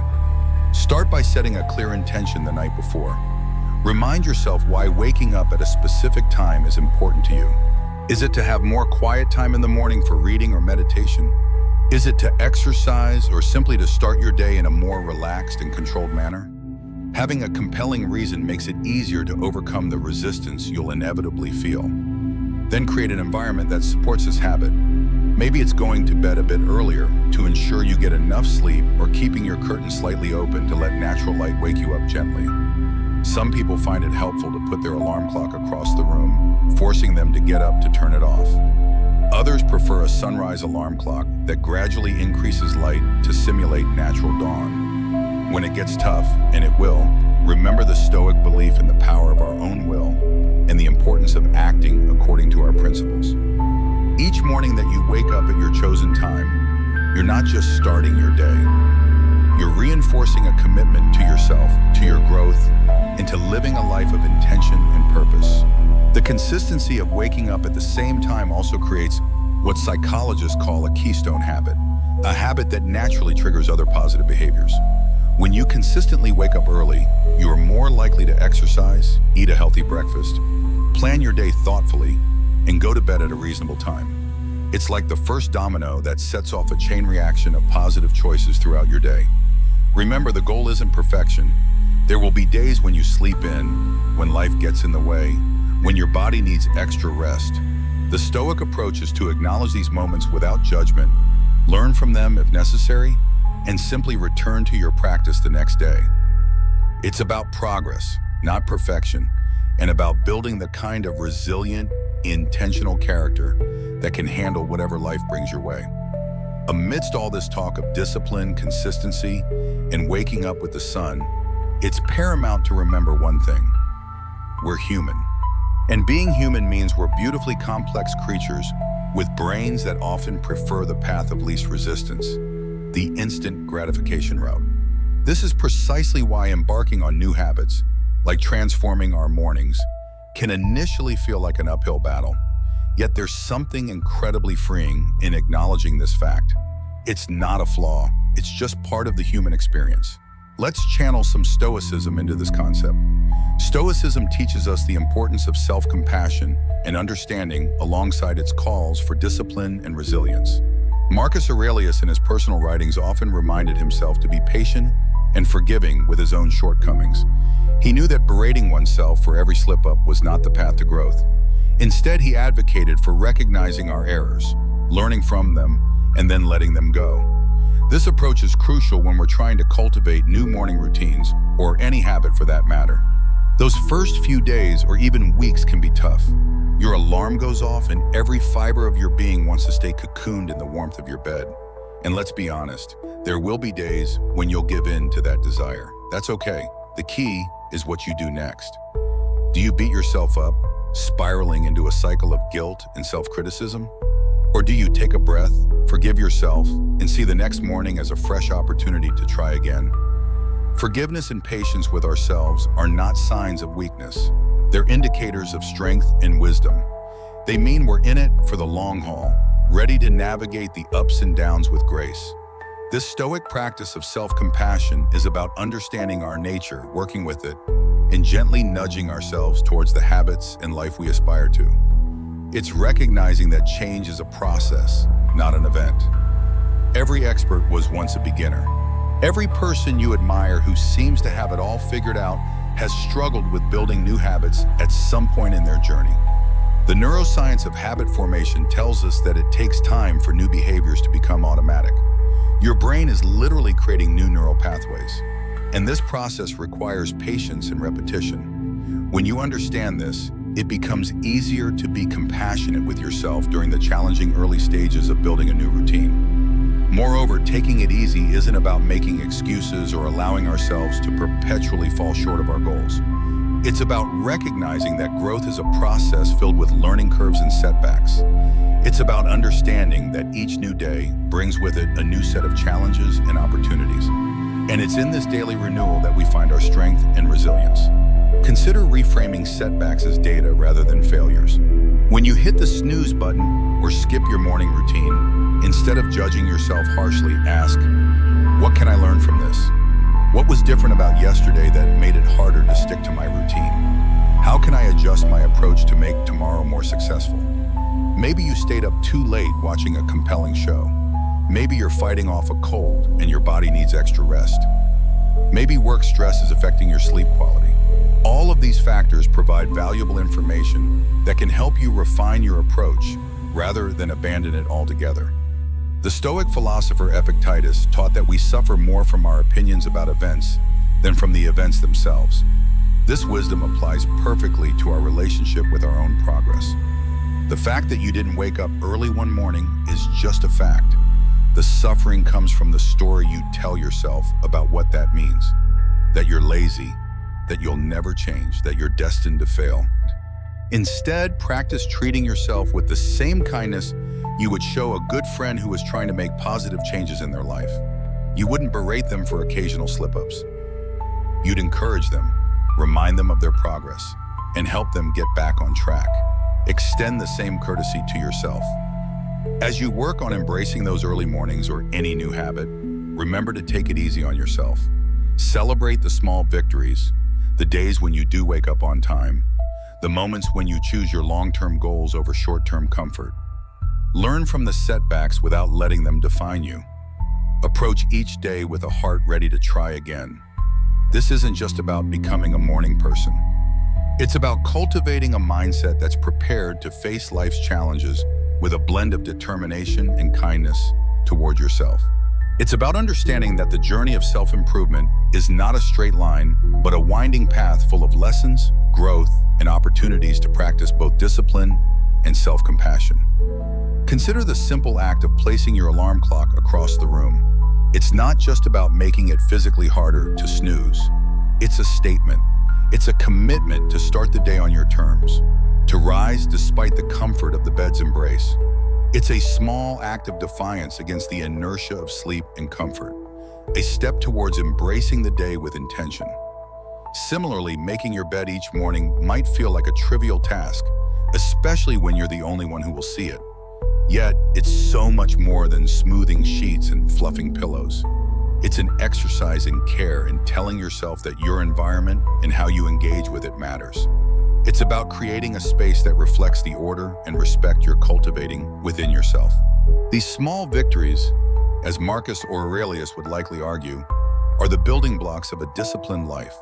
They're the everyday choices that, while easy to overlook, cumulatively mold our character. Each time you choose to do these little things, you're casting a vote for the type of person you want to be. You're choosing to be someone who values discipline, order, and respect for oneself and one's environment. But why focus on these small acts? Because they're within everyone's reach. Not all of us can control the major events in our lives, the upheavals, the unexpected turns, but we can control how we respond to the start of each day, how we treat our immediate surroundings, and how we prime ourselves for whatever lies ahead. This is Stoicism in action, focusing on what's in our power to control and letting go of what isn't. The power of small, disciplined actions lies in their cumulative effect. When you consistently make your bed, you're training yourself to follow through on commitments, even small ones. When you place your alarm across the room, you're practicing the art of making future decisions easier by setting up your environment thoughtfully. These might seem like minor things, but they're actually profound exercises in self-mastery. Think about the psychological impact of starting your day with a completed task. Making your bed gives you an immediate sense of accomplishment, a small victory that sets a positive tone for everything that follows. It's a reminder that you have the power to create order and beauty in your life, starting with the most basic elements of your environment. Moreover, these practices aren't just about building discipline for discipline's sake. They're about cultivating a mindset that's prepared for life's bigger challenges. If you can commit to these small acts of discipline, you're training yourself to uphold your commitments in more significant areas. You're sharpening your ability to follow through, to remain steady in the face of adversity, and to approach life with a calm, collected demeanor. Qualities that define the Stoic ideal. Consider expanding this concept to other small morning actions. Perhaps it's drinking a full glass of water upon waking to rehydrate your body after hours without fluid. Maybe it's spending 2 minutes in gratitude, thinking about 3 things you appreciate in your life.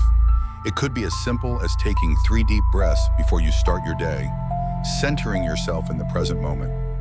Each of these actions might take only seconds or minutes, but their impact extends far beyond their duration. They're like deposits in a bank account of self-respect and self-efficacy. Every time you follow through on these small commitments to yourself, you're building evidence that you can be trusted to do what you say you'll do. The beauty of starting with small acts of discipline is that they create momentum. Success breeds success and confidence builds upon itself. When you master these small morning rituals, you naturally begin to see opportunities for discipline and intentionality throughout your day.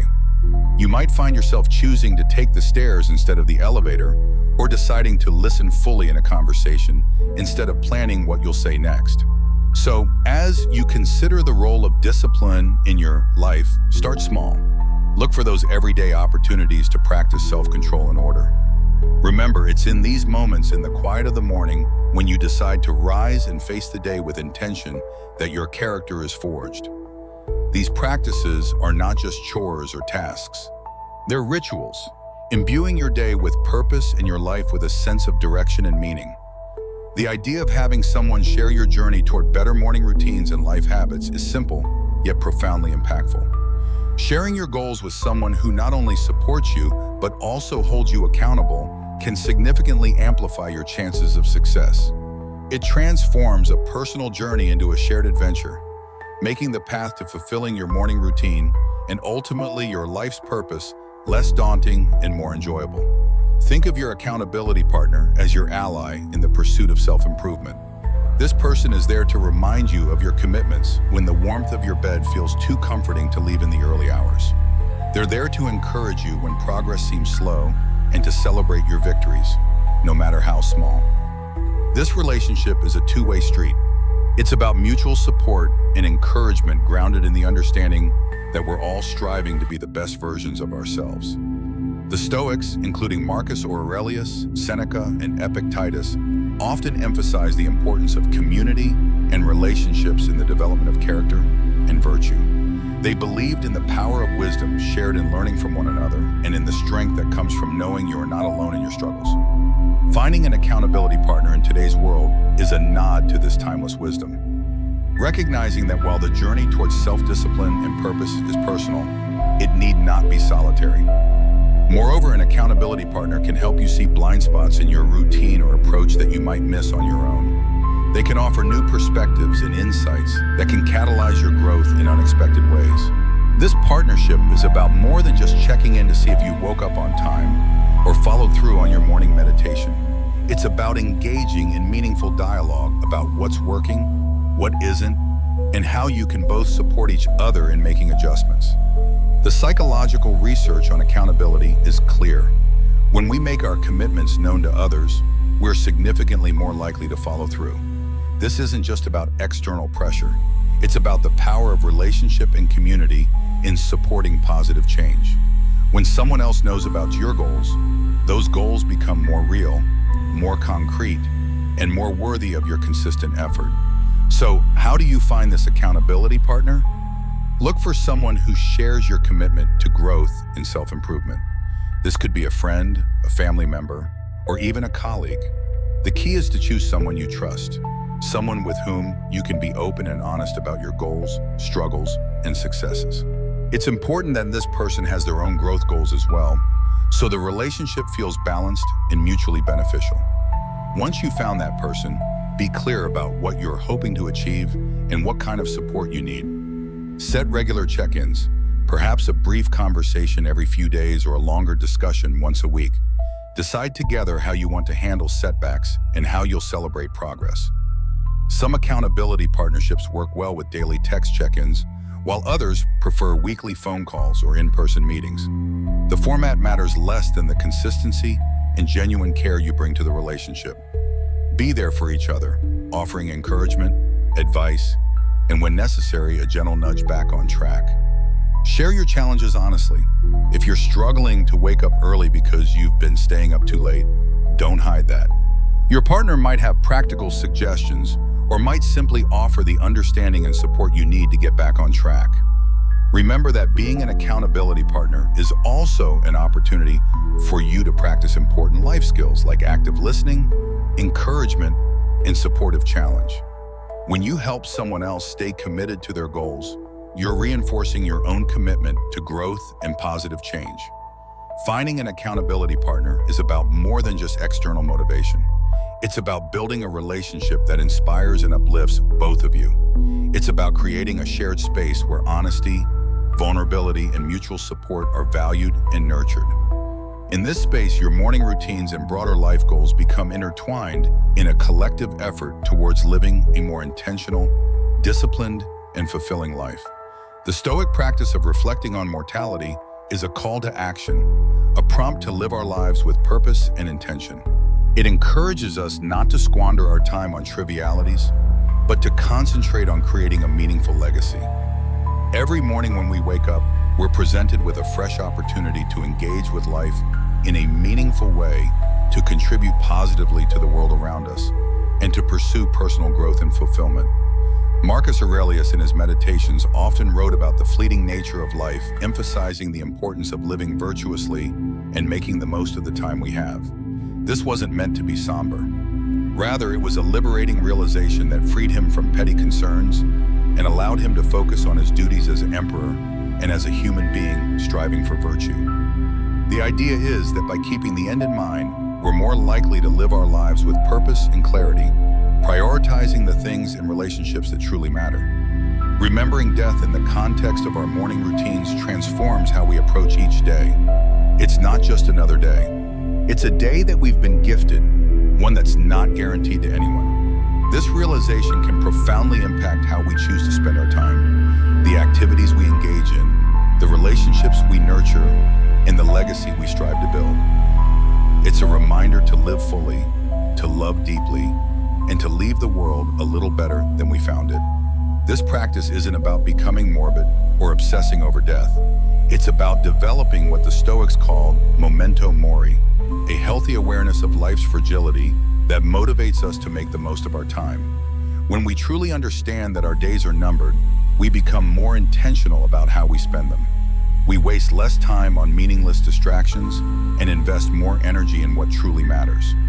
Moreover, this Stoic practice helps us maintain perspective in the face of life's inevitable challenges and setbacks. When we remember that our time is limited, the daily annoyances and obstacles lose much of their power over us. We become more resilient, more focused on our long-term goals, and less likely to be derailed by temporary difficulties. It's a practice that fosters gratitude for the present moment and inspires us to make the most of it. Think about how this awareness might change your morning routine. Instead of groggy stumbling through your first hour awake, you might approach it with reverence and intention. Instead of dreading the start of another day, you might feel grateful for the opportunity to experience another sunrise, to connect with loved ones, to pursue your goals, and to make a positive impact. So, how can we incorporate this Stoic principle into our daily lives? It begins with a moment of reflection each morning. Consider the day ahead as a blank canvas, an opportunity to contribute positively to your life story and to those around you. Ask yourself, if this were my last day, would I be proud of how I'm choosing to spend it? This doesn't mean living in a constant state of existential crisis, but rather cultivating a deep appreciation for the now, for the opportunity to live, learn, and love. You might incorporate a brief meditation on mortality into your morning routine. This could be as simple as taking a moment to acknowledge that this day is a gift, that it's finite, and that you want to make it count. Some people find it helpful to imagine looking back on their life from their deathbed. What would they want to have accomplished? What relationships would they want to have nurtured? What experiences would they want to have had? This reflection naturally leads to better prioritization. When you remember that time is your most precious resource, you become more selective about how you spend it. You're less likely to waste hours on activities that don't align with your values or goals. You're more likely to reach out to people you care about, to pursue experiences that matter to you, and to work on projects that feel meaningful. In embracing the Stoic practice of remembering death, we're not focusing on the end, but on the present and how we choose to live each day. It's a powerful antidote to complacency and a reminder to live our lives with intention, purpose, and gratitude. So let's greet each morning with the awareness that it is a gift, an opportunity to craft a life that's rich in meaning and aligned with our deepest values. This is the essence of living stoically, of making the most of our finite time in this world to create a legacy that endures. We're often told to focus on the positive, to visualize success and happiness in order to attract them into our lives.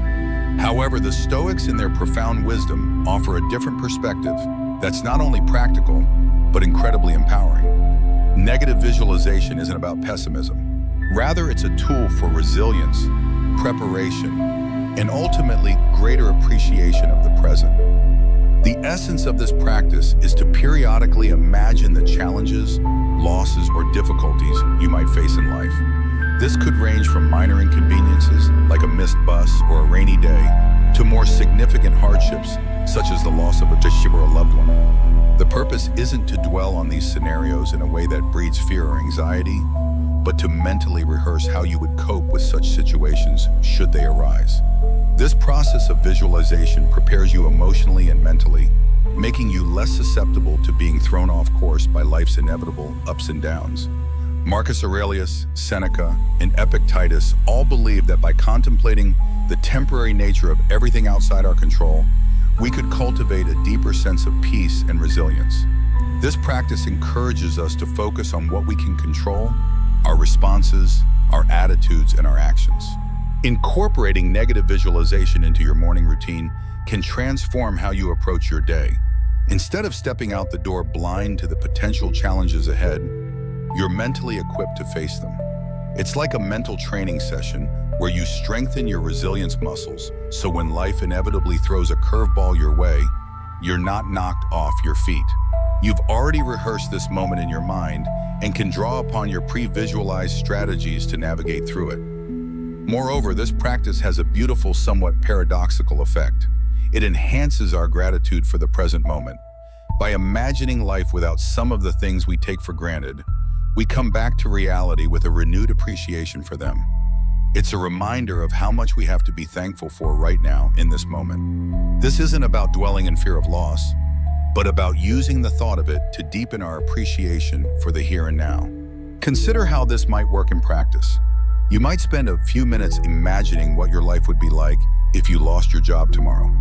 Rather than spiraling into anxiety, you use this visualization to appreciate the work you have now, to recognize the skills and relationships that would help you find new employment, and to mentally rehearse how you would handle such a situation with grace and determination. Or you might imagine losing your health temporarily, perhaps being bedridden for a week with illness. This visualization helps you appreciate your current vitality, motivates you to take better care of your body, and prepares you mentally for how you would cope with physical limitations. When you return to reality, you feel more grateful for your ability to move, to exercise, to engage actively with the world. The key to practicing negative visualization in a healthy, constructive way is to focus on your response rather than the scenario itself. Don't get lost in the details of imagined catastrophes. Instead, ask yourself, how would I want to respond to this challenge? What strengths would I draw upon? What lessons could I learn? How could I grow from this experience? This practice also builds what psychologists call psychological immunity. Just as vaccines introduce small amounts of a virus to help your body build immunity, negative visualization introduces small doses of imagined adversity to help your mind build resilience. When real challenges arise, you're better prepared because you've already considered how you might respond. Start with a few moments in the morning to contemplate potential challenges of the day or broader future possibilities. Visualize how you would ideally respond, what strengths you would draw upon, what lessons you could learn, and how you could grow from the experience. Then let go of the visualization and proceed with your day, carrying with you a sense of preparedness and an enhanced appreciation for your current circumstances. This practice shouldn't be lengthy or consume significant mental energy. Just a few minutes of thoughtful consideration can provide hours of psychological benefit. You might imagine getting stuck in traffic and visualize how you could use that time productively. Listening to an audiobook, practicing breathing exercises, or simply accepting the situation with patience. When you actually encounter traffic later, you're prepared to respond calmly rather than with frustration. The goal isn't to become pessimistic or to expect the worst. Rather, it's to build confidence in your ability to handle whatever comes your way. When you've mentally rehearsed various scenarios, you develop what the Stoics called premeditation of evils. Not because they were negative thinkers, but because they understood that preparation breeds resilience. Incorporating gratitude into our lives, especially as we end our day, can have a transformative impact on our well-being and outlook. Keeping a gratitude journal is a beautifully simple yet profoundly effective way to cultivate this sense of appreciation. It's about taking a few moments before we sleep to reflect on the day and jot down a few things we're grateful for. This could be anything from a kind gesture from a stranger, a beautiful sunset, the completion of a challenging task, or simply the comfort of our bed waiting to embrace us at the end of a long day. The act of writing down what we're grateful for shifts our focus from what's lacking in our lives to the abundance that's already present. It's a practice that aligns perfectly with Stoic teachings, which emphasize focusing on what we have rather than what we don't, on what's within our control rather than what isn't. This shift in perspective not only sets the stage for peaceful night's sleep, free from the turmoil of unfulfilled desires or lingering frustrations, but it also primes our minds to begin the next day with a sense of purpose and appreciation. But why end the day with gratitude? because it allows us to close our day on a note of positivity regardless of the challenges we may have faced. It's a way of reaffirming the good in our lives, of finding peace even in turmoil, and of nurturing a mindset that sees opportunities for growth and joy in every circumstance. This nightly practice of gratitude creates a ripple effect influencing not just how we sleep, but how we wake up and approach our mornings. The practice transforms our first thoughts of the day from groans over the alarm clock to a quiet anticipation of what the new day holds, what new things we might discover to be grateful for. When you consistently end your day by acknowledging what went well, what you appreciated, and what you learned, you train your mind to look for these positive elements throughout the following day. Research in positive psychology has shown that people who regularly practice gratitude experience numerous benefits: better sleep quality, improved immune function, stronger relationships, increased optimism, and greater life satisfaction. These aren't just feel-good benefits. They're measurable improvements in both mental and physical health that compound over time. Moreover, this practice of appreciating our life extends beyond our personal sphere. It enhances our relationships as we become more attuned to the value of those around us and more expressive of our appreciation for their presence in our lives. When you regularly acknowledge the ways others contribute to your well-being, you naturally become more generous with praise, more attentive to kindnesses received, and more motivated to reciprocate positive actions. The gratitude practice also deepens our connection to the world as we become more observant of and thankful for the beauty and wonder that surround us, often in the most mundane moments.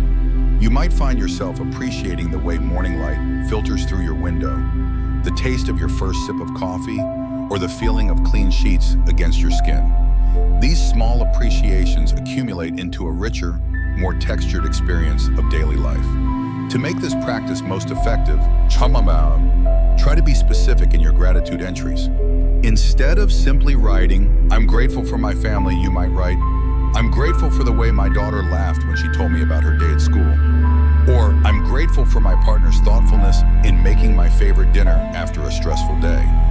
Specific gratitude helps you relive positive moments and notice patterns of goodness in your life. You can also expand this practice beyond personal benefits to include gratitude for challenges and growth opportunities. Perhaps you're grateful for a difficult conversation that ultimately strengthened a relationship, or for a setback that taught you something important about resilience. This broader view of gratitude helps you maintain perspective during tough times and find meaning in all of your experiences. Consider making your gratitude practice more than just writing. You might express gratitude directly to people who have impacted your day positively.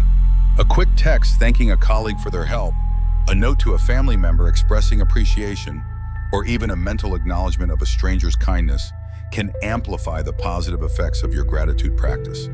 The timing of gratitude practice can vary based on your preferences and schedule. Some people prefer morning gratitude to set a positive tone for the day, while others find evening gratitude helps them process and appreciate their experiences. You might even practice gratitude at multiple points throughout the day, taking brief moments to acknowledge good things as they happen. As we consider the multitude of strategies to enrich our mornings and by extension our lives, let's not overlook the power of ending our day with gratitude. It's a practice that embodies the Stoic pursuit of a good life, one marked not by external achievements or material possessions, but by inner peace, contentment, and a deep-seated appreciation for the present moment. As we wrap up this exploration of life-transforming practices inspired by Stoicism, it's clear that each step, each practice is more than just a task or routine.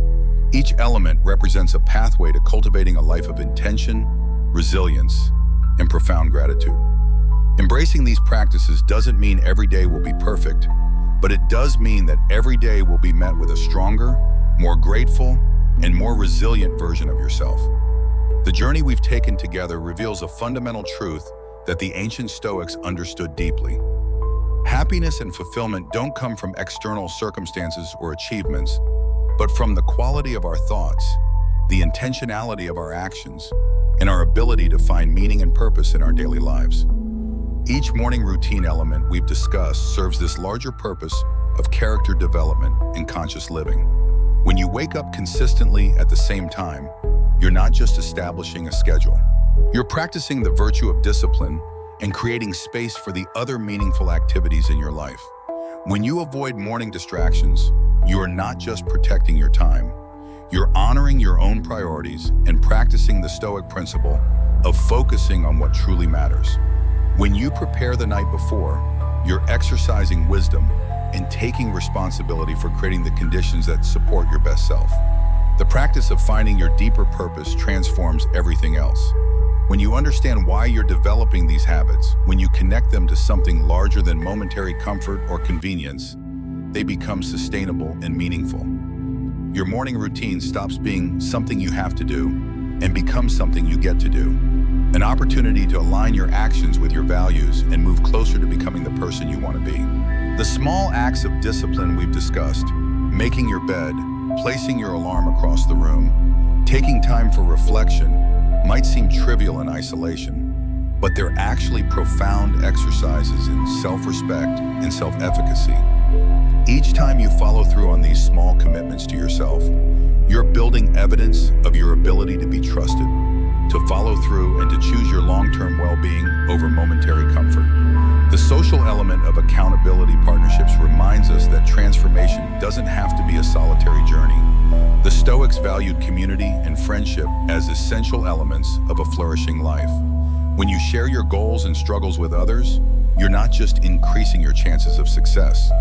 You're participating in the human experience of mutual support and encouragement that makes life richer and more meaningful. The practices of negative visualization and memento mori might initially seem dark or pessimistic, but they serve a profound purpose. They help us maintain perspective, appreciate what we have, and live with greater urgency and intentionality.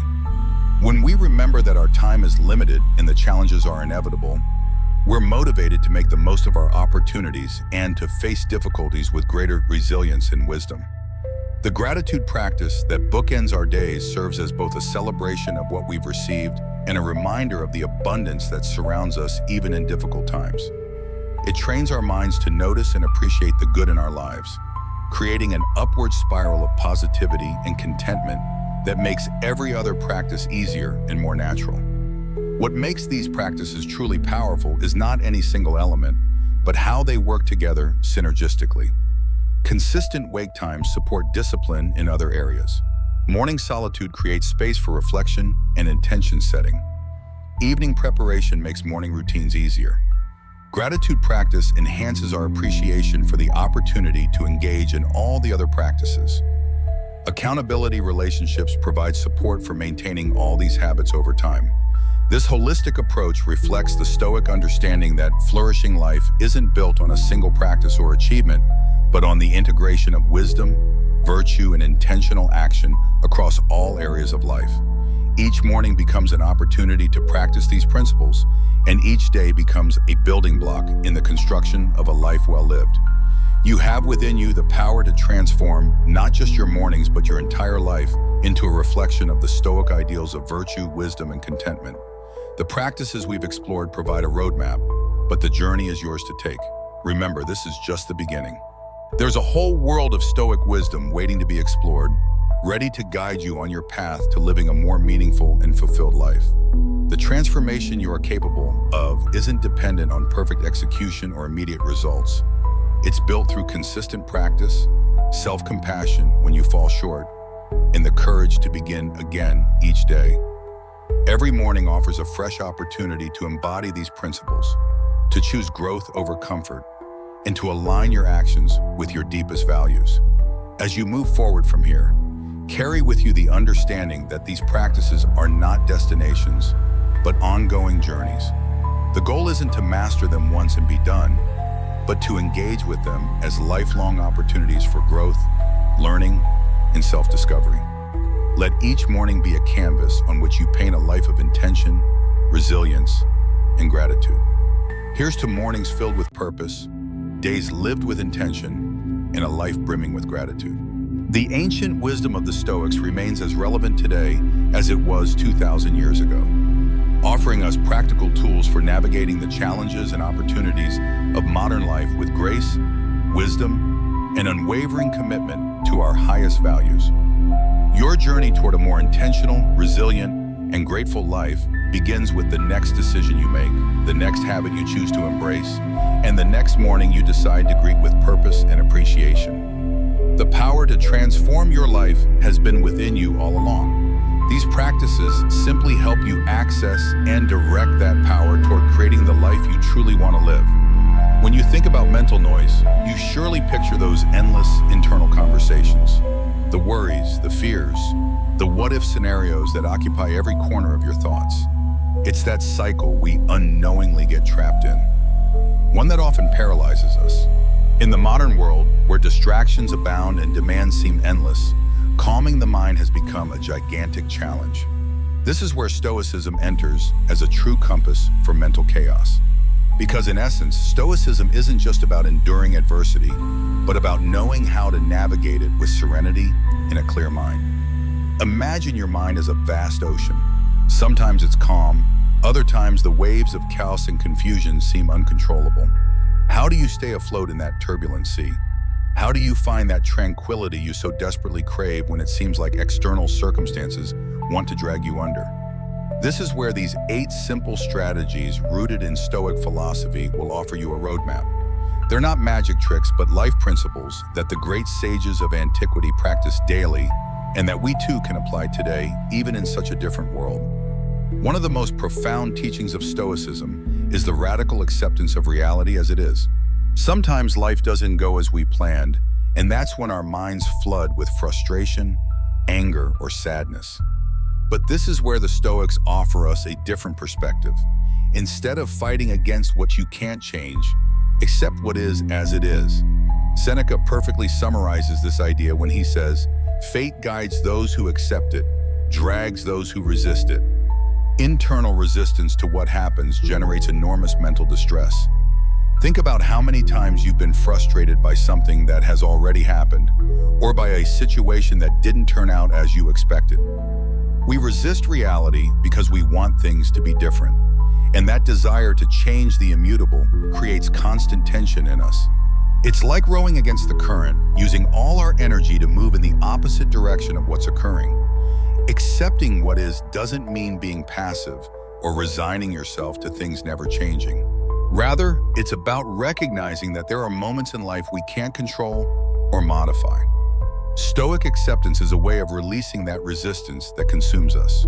By doing so, our mind relaxes. It's about stopping the fight with reality and starting to flow with it. Sometimes resistance arises because we think accepting something negative means we agree with it or that we're allowing it to affect us. But in reality, acceptance is a way of creating mental space. When you accept what's happening, you take away the power it has over you. From that place of calm, you can think more clearly and make better decisions. Let me give you a simple example. Imagine you're trapped in traffic and realize you are going to be late for an important meeting. You have 2 options.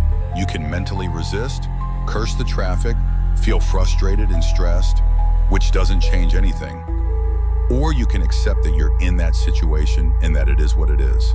The first option generates a lot of unnecessary mental noise, while the second gives you the peace of mind necessary to face the situation in the best possible way.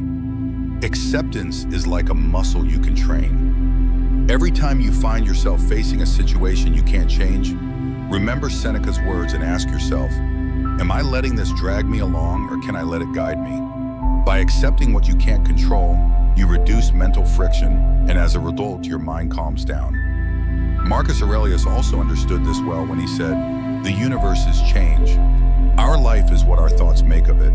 If you resist change, you constantly face frustration. But if you accept it as part of life, you find unexpected calm. Because life isn't what happens around us, but how we decide to interpret it and react to it." Accepting what is without resisting is one of the most powerful ways to calm your mind.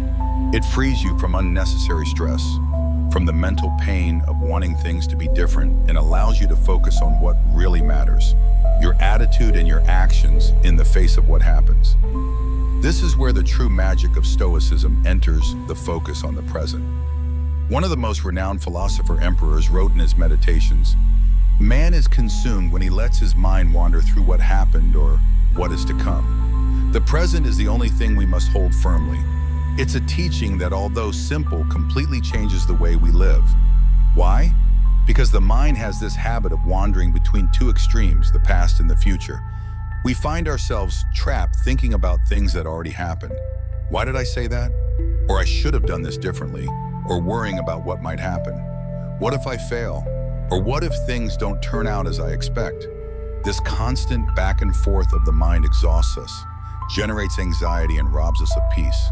The Stoic key is to center yourself in the now. The present is the only thing that truly exists and the only thing over which we have any real influence. Everything else is mental constructions, ghosts of something we can no longer change, or anticipations of what hasn't yet arrived. And here's the trick. The more time we spend focused on what isn't present, the further we are from mental calm. Practicing mindfulness, what today is also known as mindfulness, means bringing your mind to the current moment again and again. This doesn't mean you ignore the past or future, but that you learn to recognize when you're getting caught up in them and consciously bring your attention back to the present. It's daily training, and at first it might seem difficult because our mind is so accustomed to wandering. But the more you practice it, the more you realize how powerful this tool is for calming the mind. Think about those moments when you're completely immersed in something. It could be an interesting conversation, a book that captivates you, or even something as simple as enjoying a meal without distractions. In those moments, your mind is tranquil. There are no worries because you're completely present in what you're doing.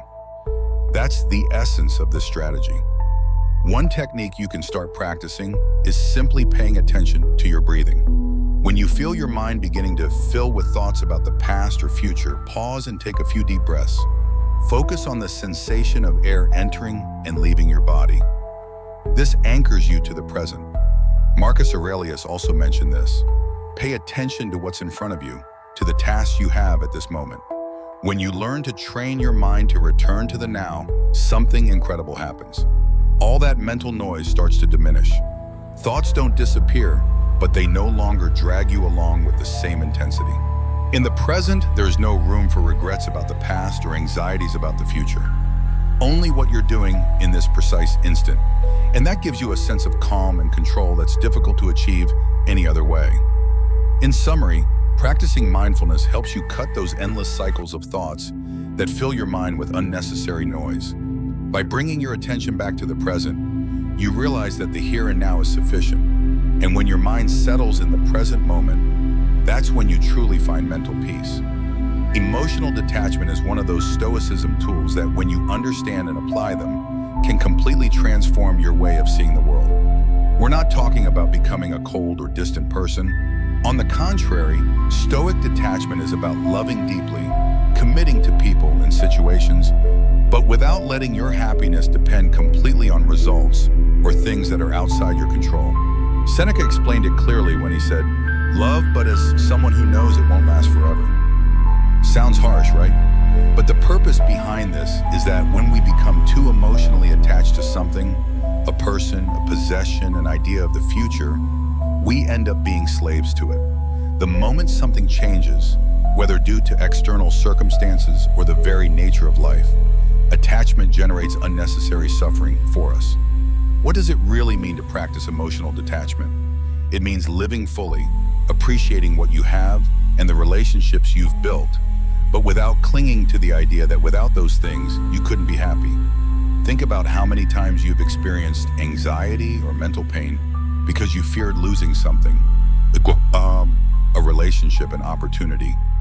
That feeling of emotional dependence fills us with fear. And when reality doesn't align with our expectations, suffering is inevitable. Detachment isn't cold indifference. It's a way of freeing yourself from the control that external results have over your well-being. The Stoics believed you could love something deeply, but also understand that everything is temporary.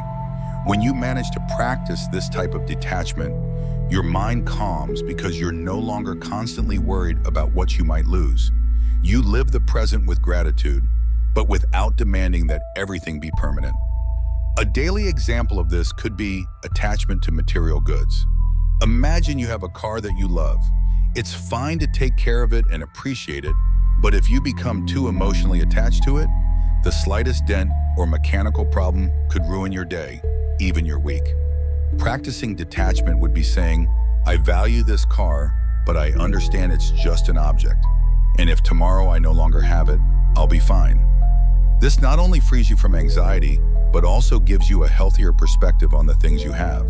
Epictetus also offered us a profound vision of detachment when he said, never say about anything, I have lost it, but rather I have returned it. The idea here is that everything in life is temporary, and that instead of seeing losses as something taken from you, you can see them as a natural part of life, something you've simply returned to the cycle of things. This mentality completely changes how you face losses, whether large or small. When you start practicing emotional detachment, you notice that situations that used to fill you with anxiety or stress begin to lose their weight. It's not that you become indifferent, but that you no longer allow those situations to control your mental peace. You realize that true happiness and tranquility come from within you, not from what you possess or the people in your life. Detachment offers you incredible mental freedom. By not being emotionally tied to results, you can enjoy life in a fuller, more present way without the constant worry of losing what you love. And in that freedom is where you really find calm.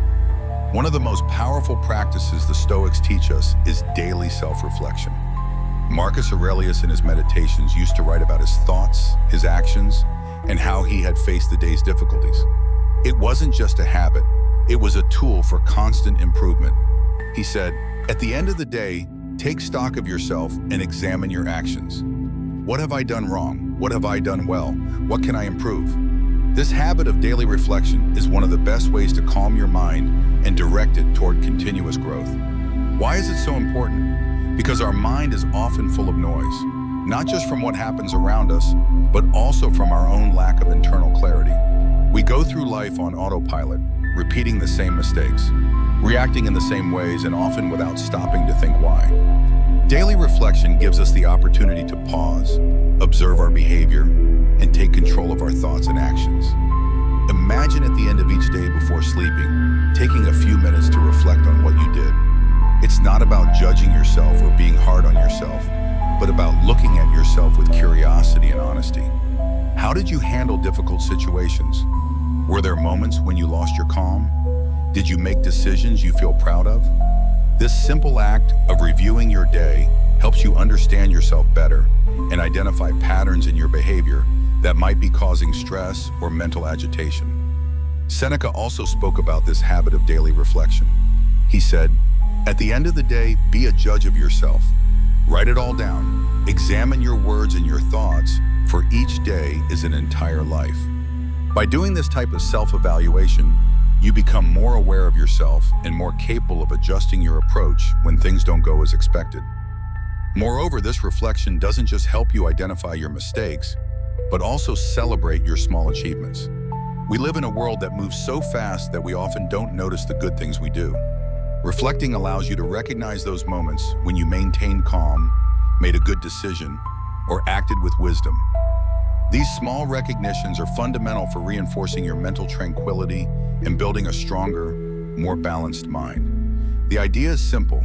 Each night, dedicate a few minutes to thinking about your day. If you prefer, you can write it down in a journal like Marcus Aurelius did. This not only helps you process your thoughts, but also gives you a space to release worries that might still be circling your mind before sleep. It's a way to clean your mind of any residual stress and start the next day with a calmer and clearer mind. A useful exercise you can practice is asking yourself 3 things each night. What have I done well today? What could I have done better? How can I improve tomorrow? By doing this, you not only train yourself to be more present and conscious of your actions, but you also give your mind a sense of closure at the end of the day. This helps release mental noise and promotes more tranquil sleep since you don't go to bed with unresolved thoughts. This habit of daily reflection, when practiced consistently, creates a cycle of constant improvement. It helps you correct mistakes, strengthen your decisions, and keep your mind focused on what really matters. Additionally, it gives you a sense of control over your life and your emotions, which reduces stress and anxiety. The Stoics knew that the root of an agitated and anxious mind isn't external situations, but how we interpret those situations. Epictetus explained it brilliantly. It's not what happens to you, but how you interpret it. This phrase captures the essence of the power we have over our mind. Although we can't always control what happens around us, we can control how we respond to it. And that starts with our thoughts. Our mind is like a garden. If we're not careful, weeds, negative thoughts, fears, worries can take over everything. And if you think about it, it's easy to let our negative thoughts get out of control. A simple mistake or setback can lead us into a spiral of self-critical or catastrophic thoughts. Everything's going wrong. I'll never be able to fix this. I'm a failure. This type of thinking generates unnecessary mental noise. And before you know it, your mind is full of chaos. The Stoic key is learning to observe your thoughts with distance, almost like a spectator. You don't have to believe everything that passes through your head. Epictetus also reminds us men are not disturbed by things, but by the opinion they have of them. This phrase invites us to pause and question those automatic thoughts that generate anguish. Is it really as bad as I think? Is there another way to interpret this situation? Controlling your thoughts doesn't mean suppressing or ignoring them, but questioning them and directing them in a more constructive way. Every time you feel your mind starting to fill with negative or overwhelming thoughts, you can ask yourself, is this thought helping me or making the situation worse? If the answer is that it's making things worse, you have the power to change it to focus on something more useful or positive. This is where the Stoics introduce the idea of discipline of thought. This discipline is a habit that's built over time and is about training your mind so it doesn't dominate you with uncontrolled thoughts. Imagine your mind is like a wild horse. At first, it might be difficult to direct it, but with patience and practice, you can take the reins and lead it where you want. A useful exercise you can practice is Stoic reframing. When you find yourself thinking something negative or stressful, try to reframe that thought from a more objective perspective. For example, if you're facing a problem at work, instead of thinking, I'll never be able to solve this, you could reframe it as, this is a challenge, but I can learn something from it. By doing this, you reduce the power of negative thoughts and calm your mind. Marcus Aurelius in his Meditations also spoke about this capacity to control our thoughts. He said your soul is dyed with the color of your thoughts. This means that what you think directly affects how you feel.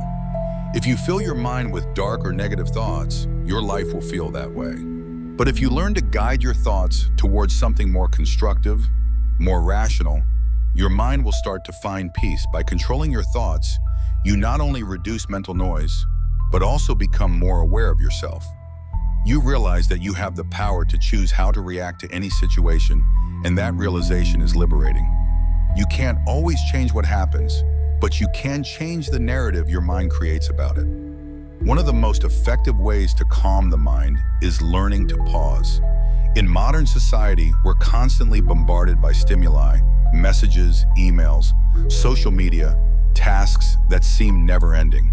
And without realizing it, we fall into the frenetic rhythm of life where taking a pause seems almost impossible or even unnecessary.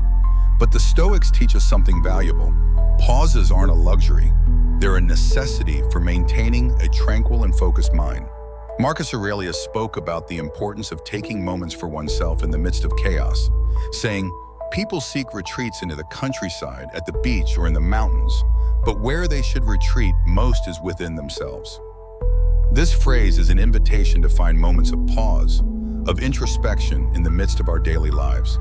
You don't need to go on vacation or withdraw from the world to find calm. You can do it at any moment simply by giving yourself permission to stop. Why are pauses so important?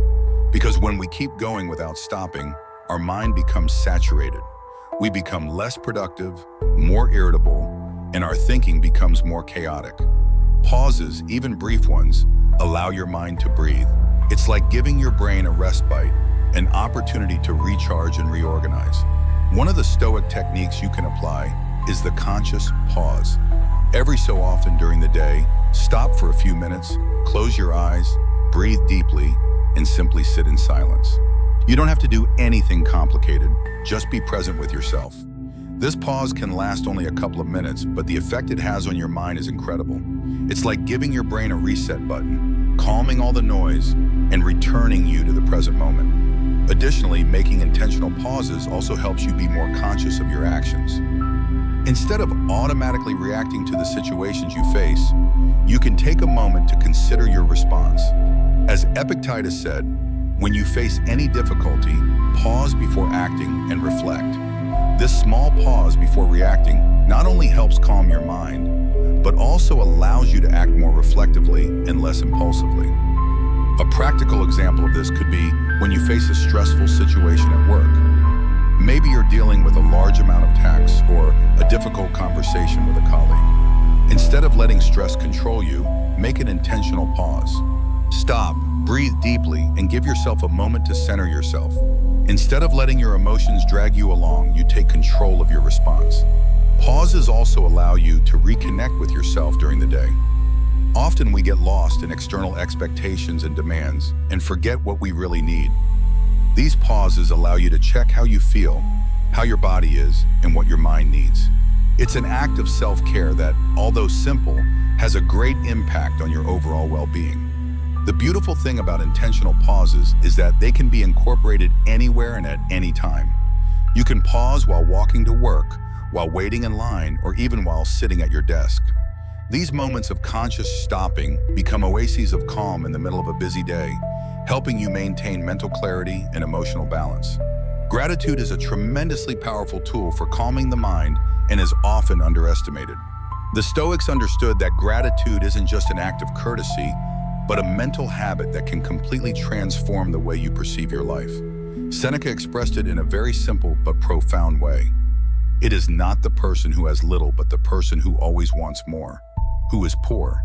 In other words, our dissatisfaction comes more from our focus on what we lack than from recognizing what we already have. Mental noise often arises from the constant desire to have more, to be more, to achieve things we believe we're missing. We live in a culture that bombards us with the idea that we're not enough and that we always need something more to be happy. This generates chronic dissatisfaction that keeps us in a state of constant agitation. But gratitude, that simple act of appreciating what you already have, is like an antidote against that mentality. Practicing gratitude isn't about ignoring problems or being conformist. On the contrary, it's about training your mind to recognize the good things that are already present in your life, no matter how small they may be. The Stoics believe that by learning to appreciate what you have, you reduce the noise of dissatisfaction and find deeper calm. As Marcus Aurelius said, remember that you don't need much to live a happy life. A simple but powerful exercise you can start doing is dedicating a few minutes each day to reflect on the things you're grateful for. It doesn't have to be anything complicated or grandiose. It can be something as simple as having a roof over your head, a good friend to talk to, or even the coffee you enjoyed this morning. These small things, when you consciously recognize them, start to change your perspective and consequently calm your mind. Imagine that every time you feel overwhelmed by problems or stress, instead of focusing on what you lack, you shift your focus to what you already have. It's a 180-degree turn. For example, if you're worried about money, instead of obsessing over what you don't have, you could reflect on what you've already achieved, the opportunities you've had, or even the simple fact of having enough to eat and dress yourself. This doesn't magically solve problems, but it takes you out of the cycle of negative thoughts that generate anxiety and allows you to see things more clearly. Gratitude also has the power to change your relationship with people. Often we focus on what others don't do for us, on what bothers or disappoints us, which increases emotional noise in our mind. But if instead you practice gratitude for the small things people do, relationships improve and you feel more at peace. The practice of gratitude extends beyond recognizing material things or obvious blessings. You can also be grateful for challenges that have helped you grow, for difficult experiences that have taught you important lessons, or for setbacks that have shown you your own resilience. This broader perspective on gratitude helps you find meaning and value even in life's more difficult moments. At the end of the day, gratitude is a way of accepting that although things aren't perfect, there's much we can be grateful for. Seneca also reminds us that gratitude isn't just something we feel internally, but something we should also express. Telling the people around you how grateful you are for their presence or for what they've done for you not only strengthens your relationships, but also calms your mind by creating an environment of appreciation and positivity. When you make gratitude a daily practice, you start to notice a shift in your overall mental state. Problems don't disappear, but they lose some of their overwhelming power. You begin to see your life through a lens of abundance rather than scarcity, and this fundamental shift in perspective naturally leads to greater mental peace and emotional stability. One of the greatest sources of mental noise is clinging to the past, the mistakes we made, the opportunities we lost, or the things that hurt us. Our mind gets trapped in that cycle, going over and over what we can no longer change. In doing so, we end up generating unnecessary emotional and mental burden. But the Stoics had a clear vision about this. Epictetus reminds us what has happened cannot be changed, but how you carry it depends completely on you. The idea of letting go of the past doesn't mean ignoring it or pretending it never happened, but accepting what was and understanding that you can no longer do anything to change it. The past is immovable, and the energy you spend thinking about what could have been only generates more stress and anxiety. By learning to let it go, you free yourself from that emotional weight, and your mind finds more space for peace. When you cling to the past, it's like carrying a backpack full of stones. Each painful memory, each mistake you made, each bad decision is another stone you carry. There comes a point when that backpack becomes so heavy, it affects your ability to enjoy the present. Stoicism teaches us to leave that backpack behind, to learn from mistakes, but not to live trapped in them. Seneca explained it brilliantly when he said, "Don't let the past rob you of the present." Because that's what happens when we don't let go of the past. It prevents us from fully living the here and now. Every time our mind gets entangled in, "I should have done this," or "I should have said that," we're wasting the opportunity to live with serenity in the present moment. So, how can you effectively let go of the past? One of the first things you can do is reflect on what ties you to that memory. Is it a mistake you made? A situation that didn't turn out as you expected? Ask yourself, can I change this now? If the answer is no, then it's time to let it go. This doesn't mean you can't learn from that experience. But once you've learned, it no longer makes sense to keep carrying it. Forgiveness also plays a fundamental role in letting go of the past. And not just forgiveness toward others, but forgiveness toward yourself. We're often our own worst critics, and the things we can't let go of are many times the mistakes we made. But here enters Stoic wisdom. You can't change what you did, but you can decide not to let it continue haunting you. By forgiving yourself, you free yourself from the burden of remorse and allow your mind to calm. Epictetus also said something key. It's impossible to learn if we're not willing to let go of our mistakes, because clinging to the past keeps you stuck.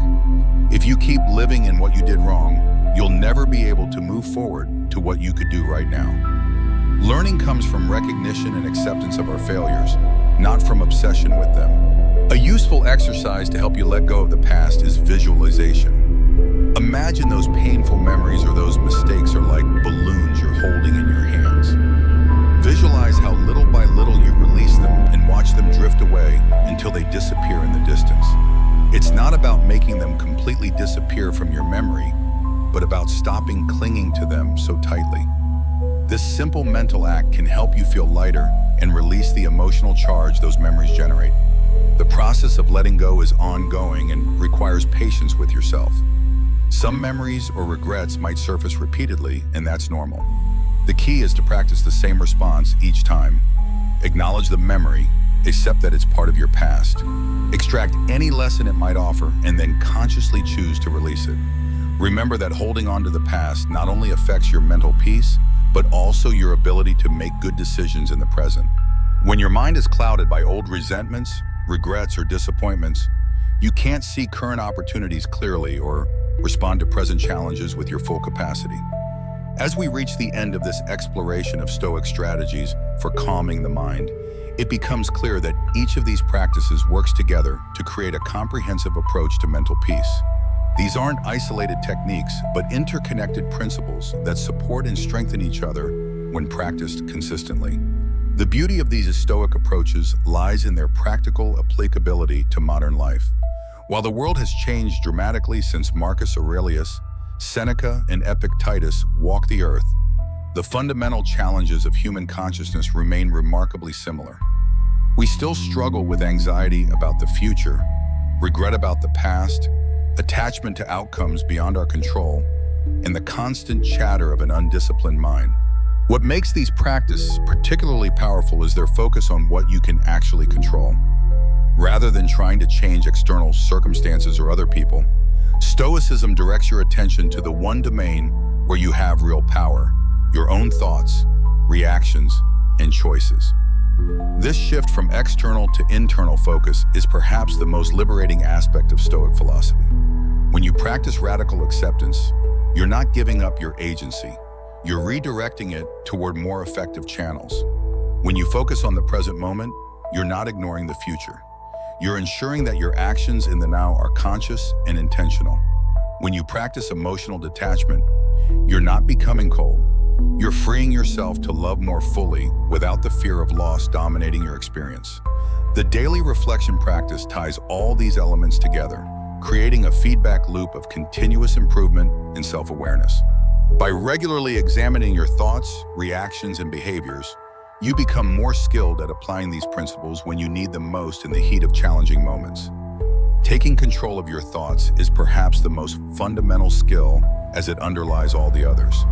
When you realize that you have the power to question, examine, and redirect your thinking patterns, you discover a level of freedom that external circumstances cannot touch.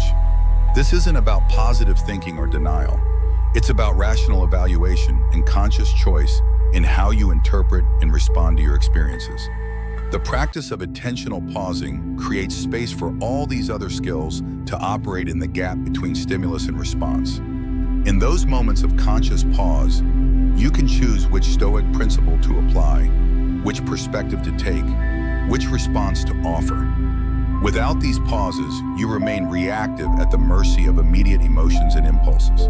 Gratitude practice serves as both a foundation and a result of the other practices.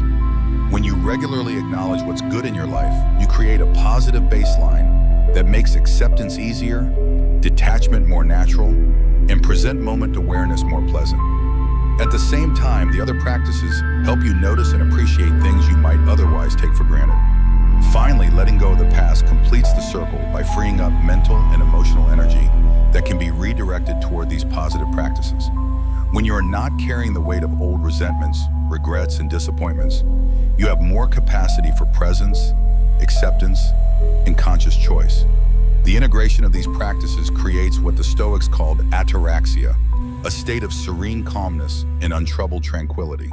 This isn't a permanent state of bliss, but rather a default setting of mental stability that allows you to navigate life's inevitable ups and downs with greater equanimity. Remember that developing these capacities is a lifelong practice. You don't master them once and then coast. You engage with them daily, sometimes successfully and sometimes not.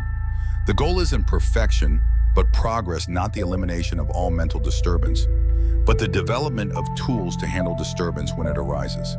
As you move forward with these practices, be patient with yourself. The ancient Stoics understood that wisdom is earned through consistent effort over time, not achieved through sudden insight or quick fixes. Each day offers new opportunities to apply these principles to strengthen these mental muscles and to move closer to the ideal of a calm, clear, and purposeful mind.